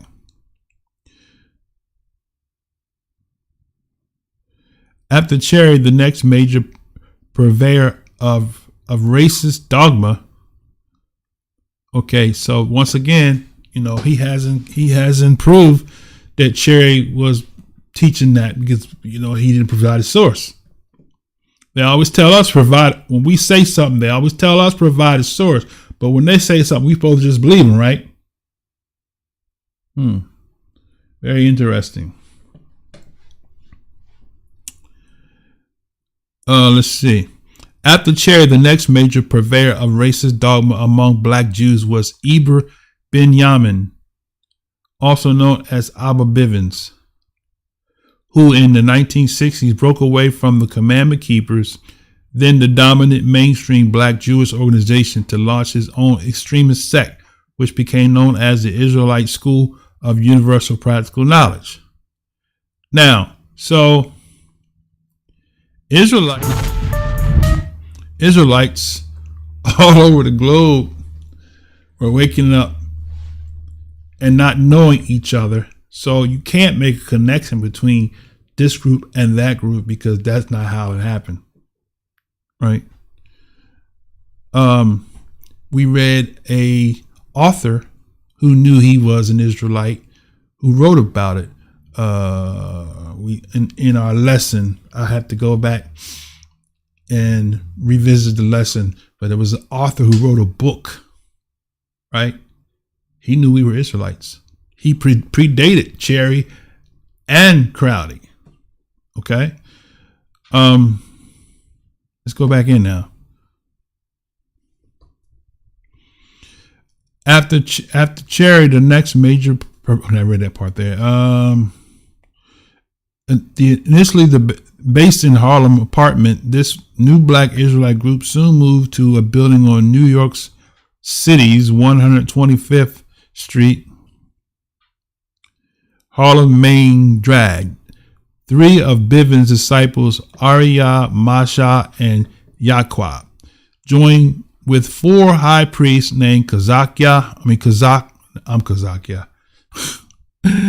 Lahab, Yahya, and Shar, to take over leadership of the Israelite school.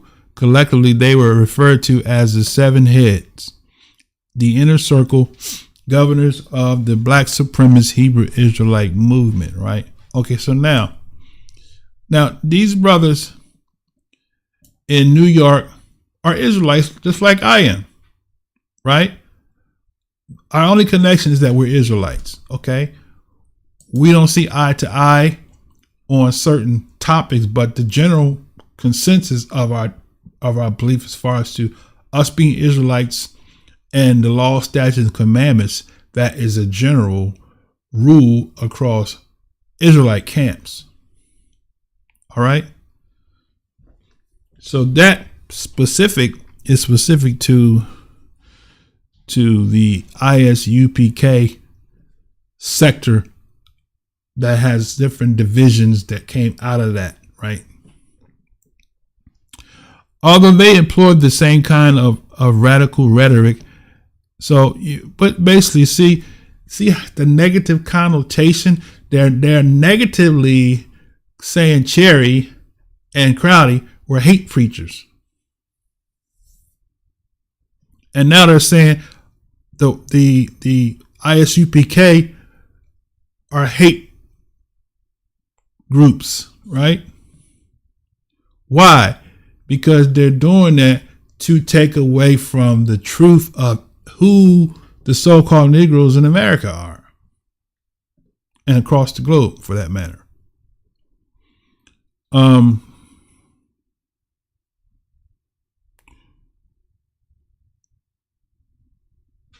He says, although they employed the same kind of racial rhetoric and confrontational street theater that other militant black groups of the 1970s did, racist, he says, Hebrew Israelites held themselves apart. They rejected the Muslim beliefs of groups like the Nation of Islam, refused to join with the pork-eating secularists of groups like the Black Panthers. In the 1980s, the Seven Heads changed the name of their group to the Israelite Church of Universal Practical Knowledge. The Israelite Church attempted to expand its visibility in the 1990s by declaring, as F.S. Cherry had before them, that, I'm going to read just the way it is, Jesus Christ will return to the earth in 2000 to enslave and destroy the white race. Meanwhile, some members began to break away and form their own racist Hebrew Israelite sects. One such member, Yohana, started a chapter and reclaimed the original name Israelite School of Universal Practical Knowledge for his group. Okay, now see that is unfair, right? And the thing of it is that I don't like the way they're demonizing F.S. Cherry.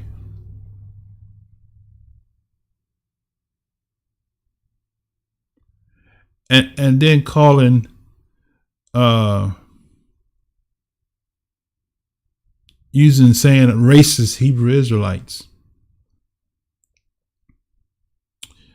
If you don't have the advantage, if you don't have the upper hand, you can't be racist. You can be prejudiced.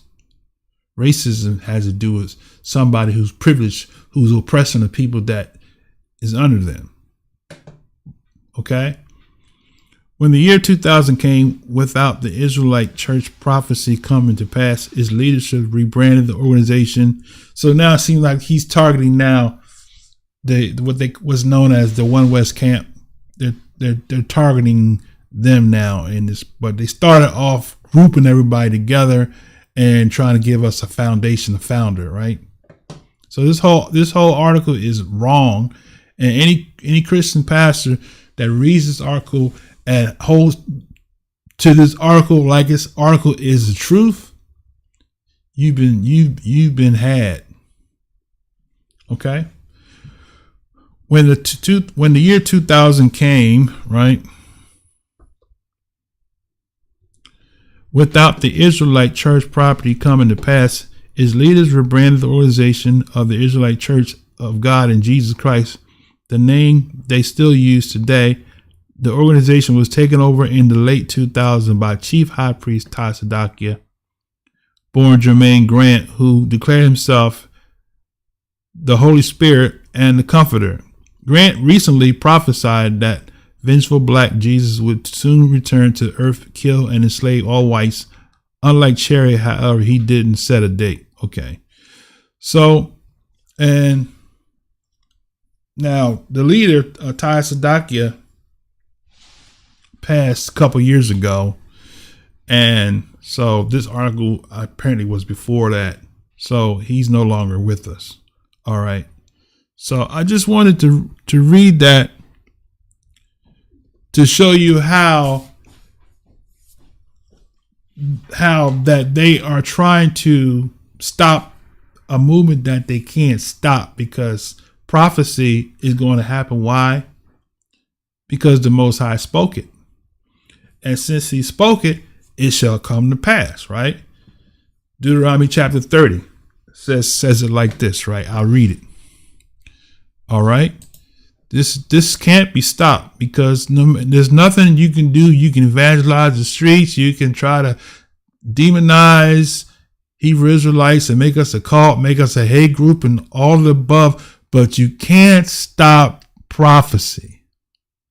Why? Because of this very reason.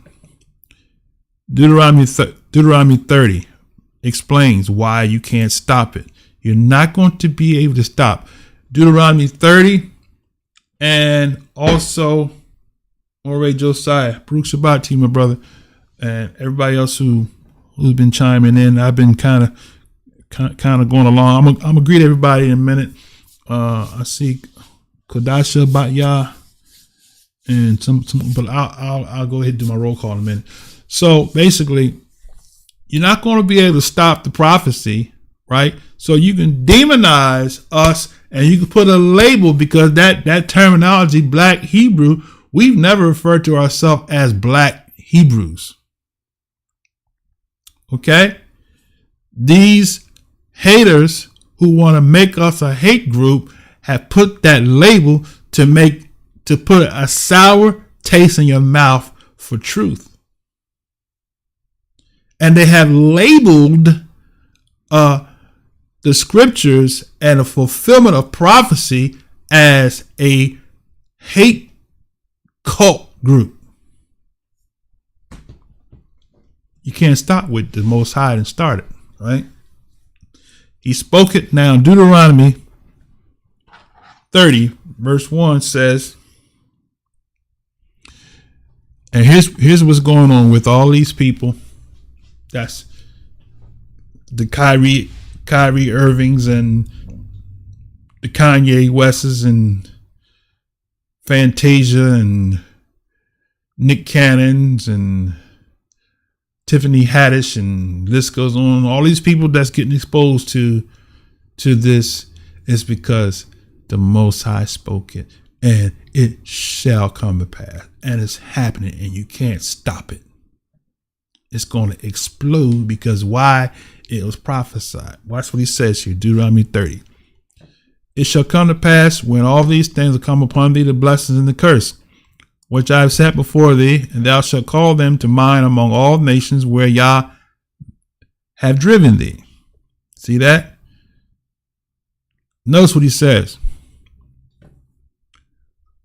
The blessings and the curse which I have set before thee, and thou shalt call to mind among all nations. What are we calling to mind, right?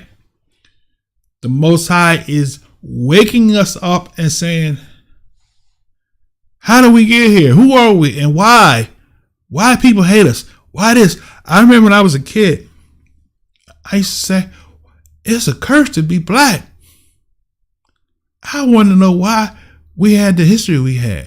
Why people hated us. Why everybody want to make mockery of us, right? And then when the Most High started dealing with me and showed me the similarities between Israelites and the so-called Negroes, I said, oh, we them people. We them people. That's why they hate us, right? All right, let me get back.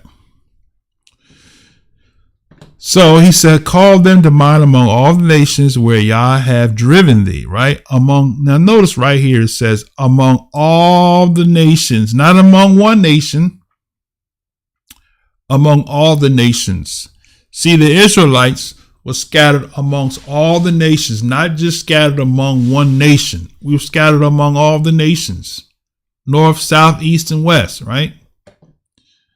And Yah, thy Elohim, have driven thee.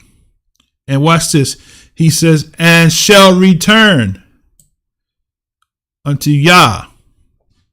Right? What does it mean to return to Yah? Obey, shall obey his voice. Right? Man shall not live by bread alone, but by every word that proceeded out of the mouth. Right? Does man live, right? So obey his voice according to all that I command thee this day.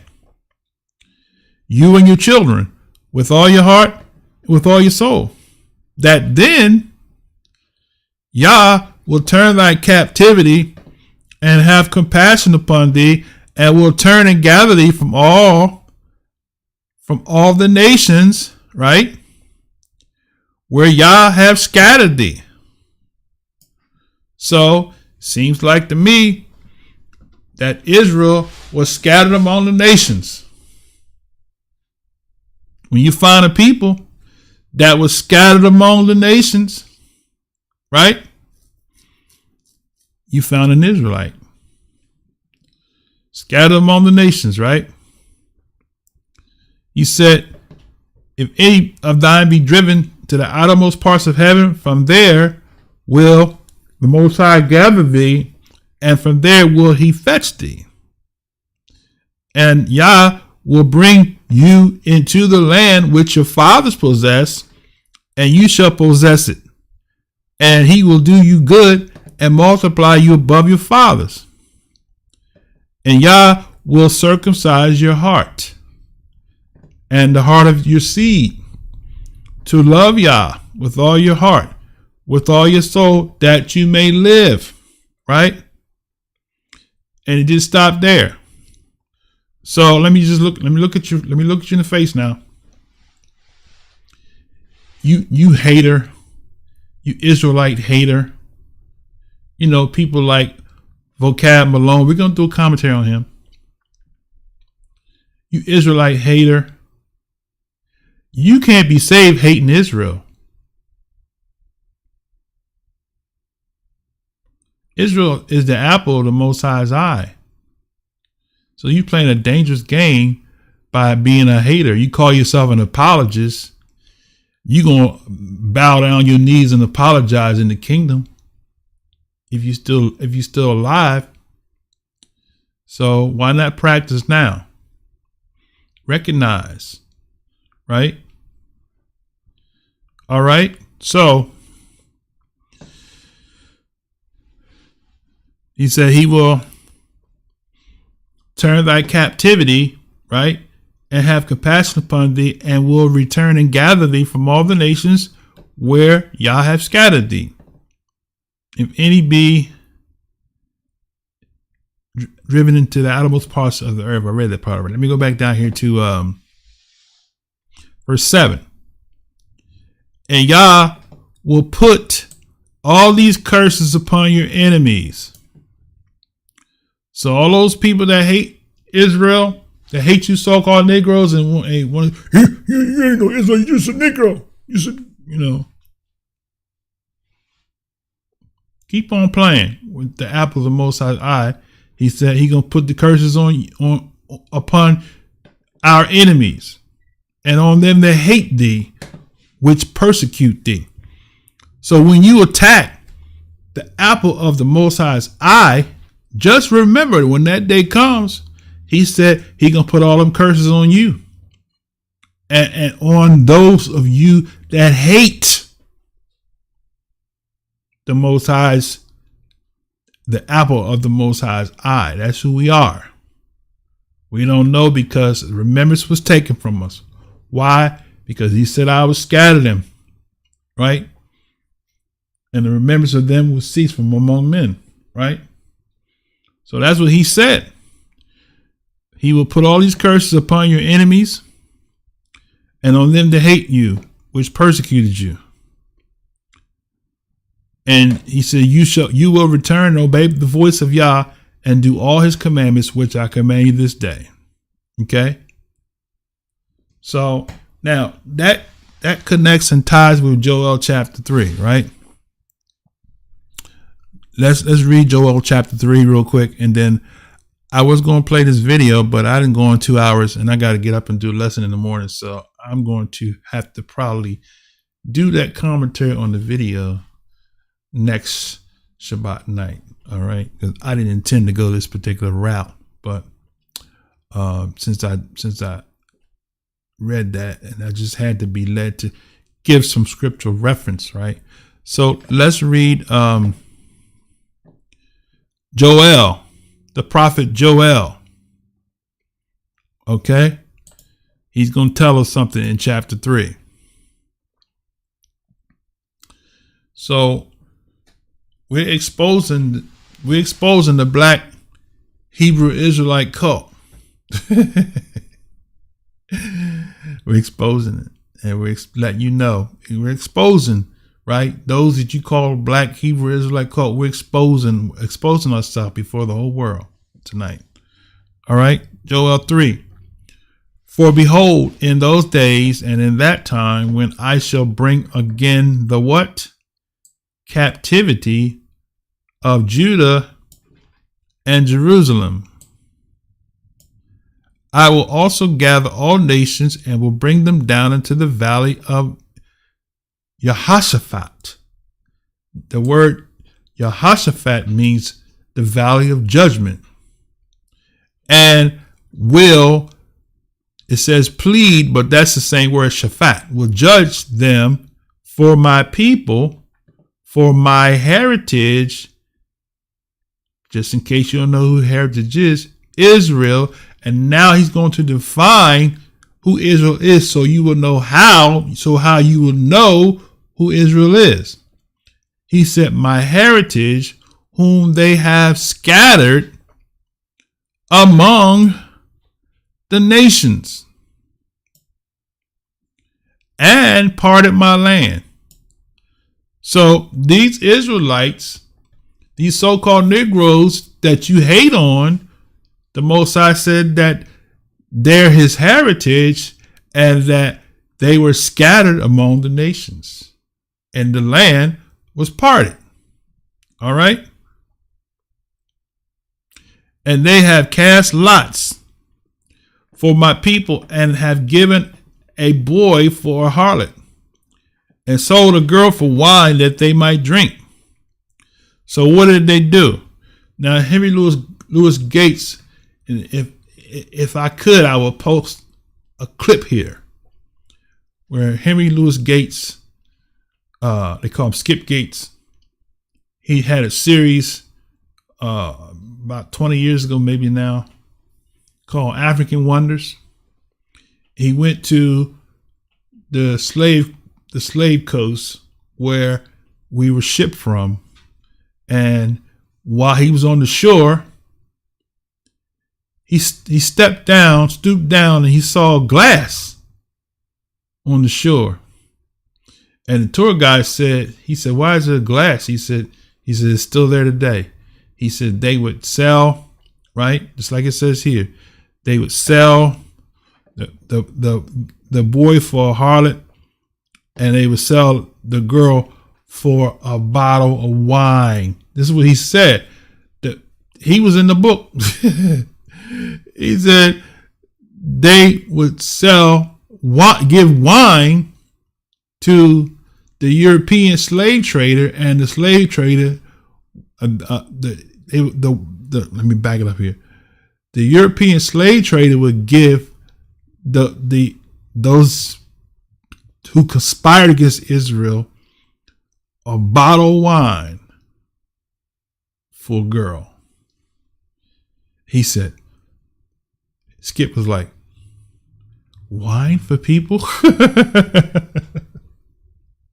Bottles of wine for people, he said. I was like, wow, he don't know how prophetic he is. Just acknowledging that this is what the book said. They sold a girl for wine that they might drink. Now notice here we see Tyre again, right? The Tyre in Palestine, right? Yes. What have you to do with me, oh? There goes Tyre. Remember, we've just talked about it in Psalm 83. Tyre and Sidon, right? Right? These are the Canaanites and the Palestinians, the coast of Palestine, Philistines, Palestinians. Will you render me recompense? And if you recompense me swiftly and speedily, will I return your recompense upon your own head? Because you have taken my silver and my gold and have carried into your temples my goodly, pleasant things. Right? The children of that right there is where you would say Jew. The children of Yahudim, or who the world today says Jew, right? So the children of Judean and the children of Jerusalem have you sold to the Greeks. That's who the Grecians are, the Greeks. So the Palestinians Tyre, Sor, right? Carthage, right? The Moabites, because I believe that Hannibal was part Moabite and part Ishmaelite, right? They say African. So Ishmaelites lived in North Africa. All right. That's how you know that somebody lied to you. They done lied to you, right? Because if Hagar was an Egyptian, right, and she had children by Abraham that went back to Egypt, what do you think he looked like? What do you think he looked like? His people, right? The same people that Israel went into captivity, right, is the same people that were family and friends of Ishmael, right?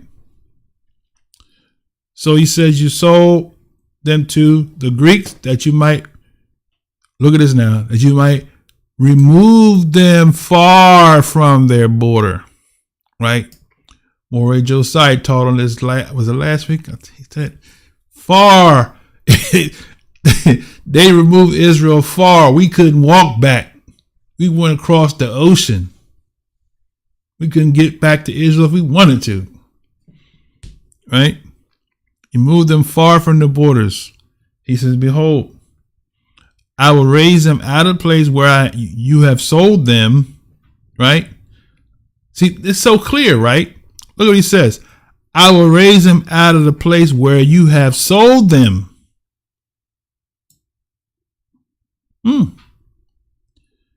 I will raise them out of the place where you have sold them and will return your recompense upon your own head. Now, what is that recompense he's going to do, right? He's going to tell you in the next verse. He says, you sold them, right? I'm going to raise them up. That's Ezekiel 37. I'll raise them up out of the places where you have sold them. Raise them up, right? Can these bones live? He says, speak to the bones. Say, bones, hear Torah, right? That's the word of Yah. His law, statutes, commandments. Hear the word of Yah. Hear the law, statutes, and commandments, right? Hear, he says, right? And when you hear, he says, the bones gonna come together. Flesh gonna come on the bones. It's identity, right? Then the breath's gonna go on. That is walking in the covenant. Oh my. He said, I will raise them out of the place where you have sold them and will return your recompense upon your own head. Here's the recompense. I will sell your sons and your daughters, right? Now, this is not just talking about European slave traders. Everybody that had a hand in the slave trade, which we just showed you in Psalms 83, are going to be servants to the so-called Negroes who are the Israelites scattered in the kingdom age. That's what the books say. So you identify who the people is he's talking about.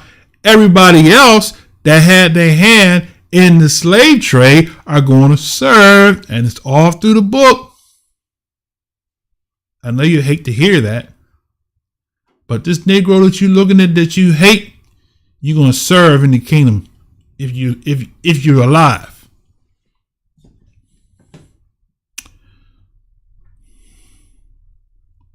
I know it's tight, but it's right. You owe it. So-called Negroes been serving you for the past 2,000 years, so you got 1,000 years. You got a break. You only had to pay 50. You only had to pay 50%. That's a bargain, right? All right, let me get back. All right. So he says, I will raise them out of the place where you've sold them, and will return your recompense upon your own head. I will sell your sons and your daughters into the hands of the children of Yehuda. So your sons, he's going to sell. Whose sons he going to sell? The sons of Tyre, Zidon, Palestine, right? Ishmaelites, Moabites, Amorites, Ammonites, Hagarites, Edomites, Romans, because they're cousins to the Catholic Church is going to serve Israelites. Everything we want, we need and desire. He said, you're going to eat the milk. You're going to suck the breast of the Gentiles. You're going to eat the milk, suck the breast, right? You're going to get the riches. That's why they didn't want this truth to go out. Man, I was like, look, shoot, I'm going to have 1,000 years of having the riches that I only lived to be 70, 80 years old, 90 years old. I'm going to have 1,000 years to enjoy that. You better join the kingdom. Your payday is coming. Cha-ching. I will sell your sons and your daughters to the hands of the children of Israel, children of Yehuda, and they shall sell them into the Sabians, right? Now, who are the Sabians, right? The Sabians, what most people don't know is those people that live in Saudi Arabia, right? That we call Saudi Arabia, right? In ancient days, they were called Cush. They're a different clan. Ethiopia has become one little sector of people, but Ethiopia consisted of all of that territory down where Keturah was from, right? Abraham's wife after Sarah died. Those people are going to get some slaves. They've been enslaved. So he says, your turn for payback now. I'm going to pay back those cousins. Those cousins didn't sell us out. They're not included in the group that sold us in slavery, right? Since of Keturah, right? All right, let me get back so I can close it out. So he said, I will take your sons and your daughters into the hands of the children of Yehuda, and they will sell them to the Sabians, to a people far off, for Yah have spoken it. Right? So, prayerfully, you got something out of this. You got to learn a little better of what a Hebrew Israelite is. And like the title says, no, we are not a black Hebrew Israelite cult. We're the people of the book that have awakened and have returned back to knowing who we are first. And slowly but surely, many are returning back to the covenant that he gave to Abraham, and then to Isaac, and then to Jacob, right? And so, let me do a quick roll call, and I'm going to close it out. So we had a number of people commenting here. Let's see, Israel Grace. Israel Grace said, proud cult member. Shalom. Let's see. And then we have my nephew Julius. Are you still listening? Are you in the States? Are you still over in Ghana? And let's see. So Israel Grace was going forth. That's right. Kanaya. Moray, Kanaya. Brukshat Shabbat to you, brother. Coach Sandra. And yes, indeed.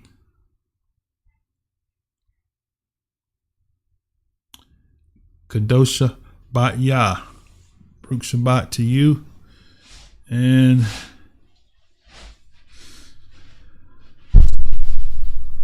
Yah Soldier, Baruch Shabbat to you.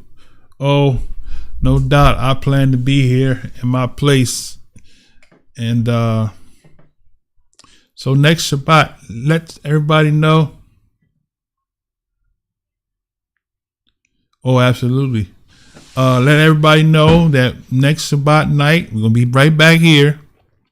Right. And we're going to open up. So we're going to do some more. See, the intention of me opening up on Shabbat night is to do the commentary. So I kind of got a little caught up with that article on there. But let me just show you a little something. Just give you a little preview. This is the brother we're gonna address this brother next Shabbat. Right. Let's play a little something so you can see. This is that the people are trying to understand. They want to understand. Tell them, tune in. You want to understand what the Hebrew Israelites are all about? Tune in. Sit and listen. Invite the pastors. Tell them, come on, Shabbat. We got plenty of Israelites on the Shabbat that's teaching. Come on in. Like Diamond and Silk said, come on in. Come on in. I'm playing a little bit of this brother and we're going to close it down. Let's see. Just a clip or two. I don't know who the brother is, but this popped up in my feed. So I was going to offer commentary. So let's see. Let's blow him up here a little bit.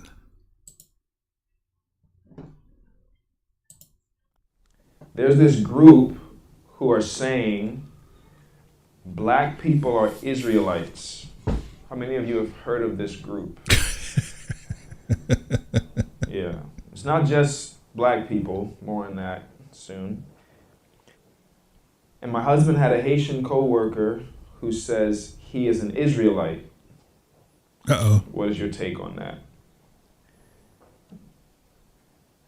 Israelite. So this group cult. Uh-oh. See that?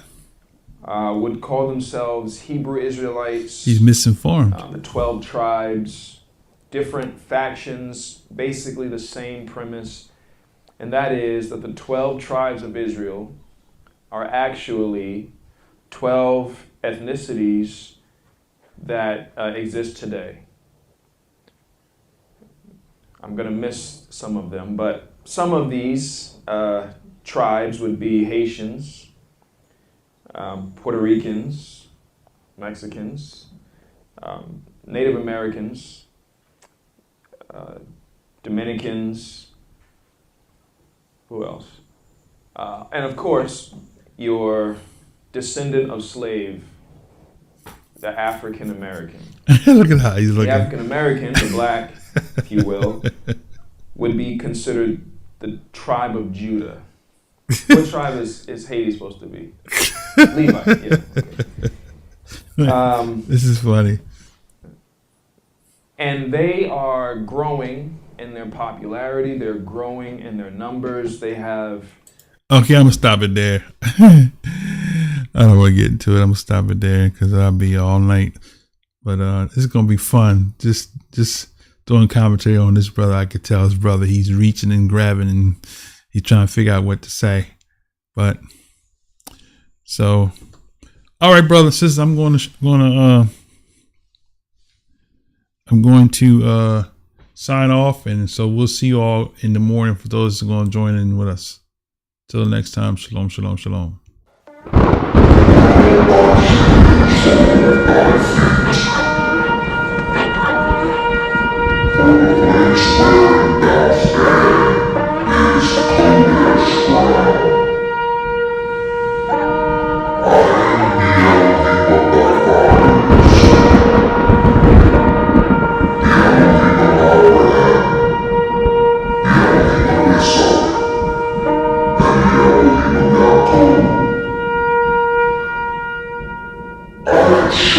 Seen the affliction of my people, which are in the land of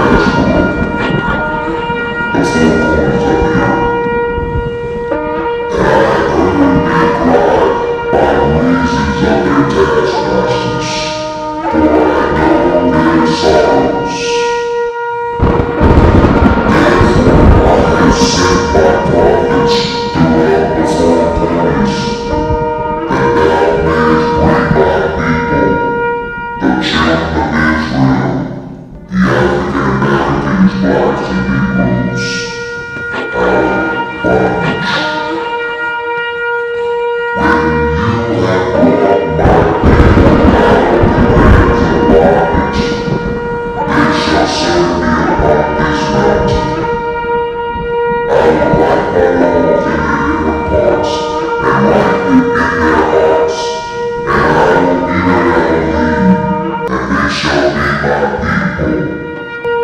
am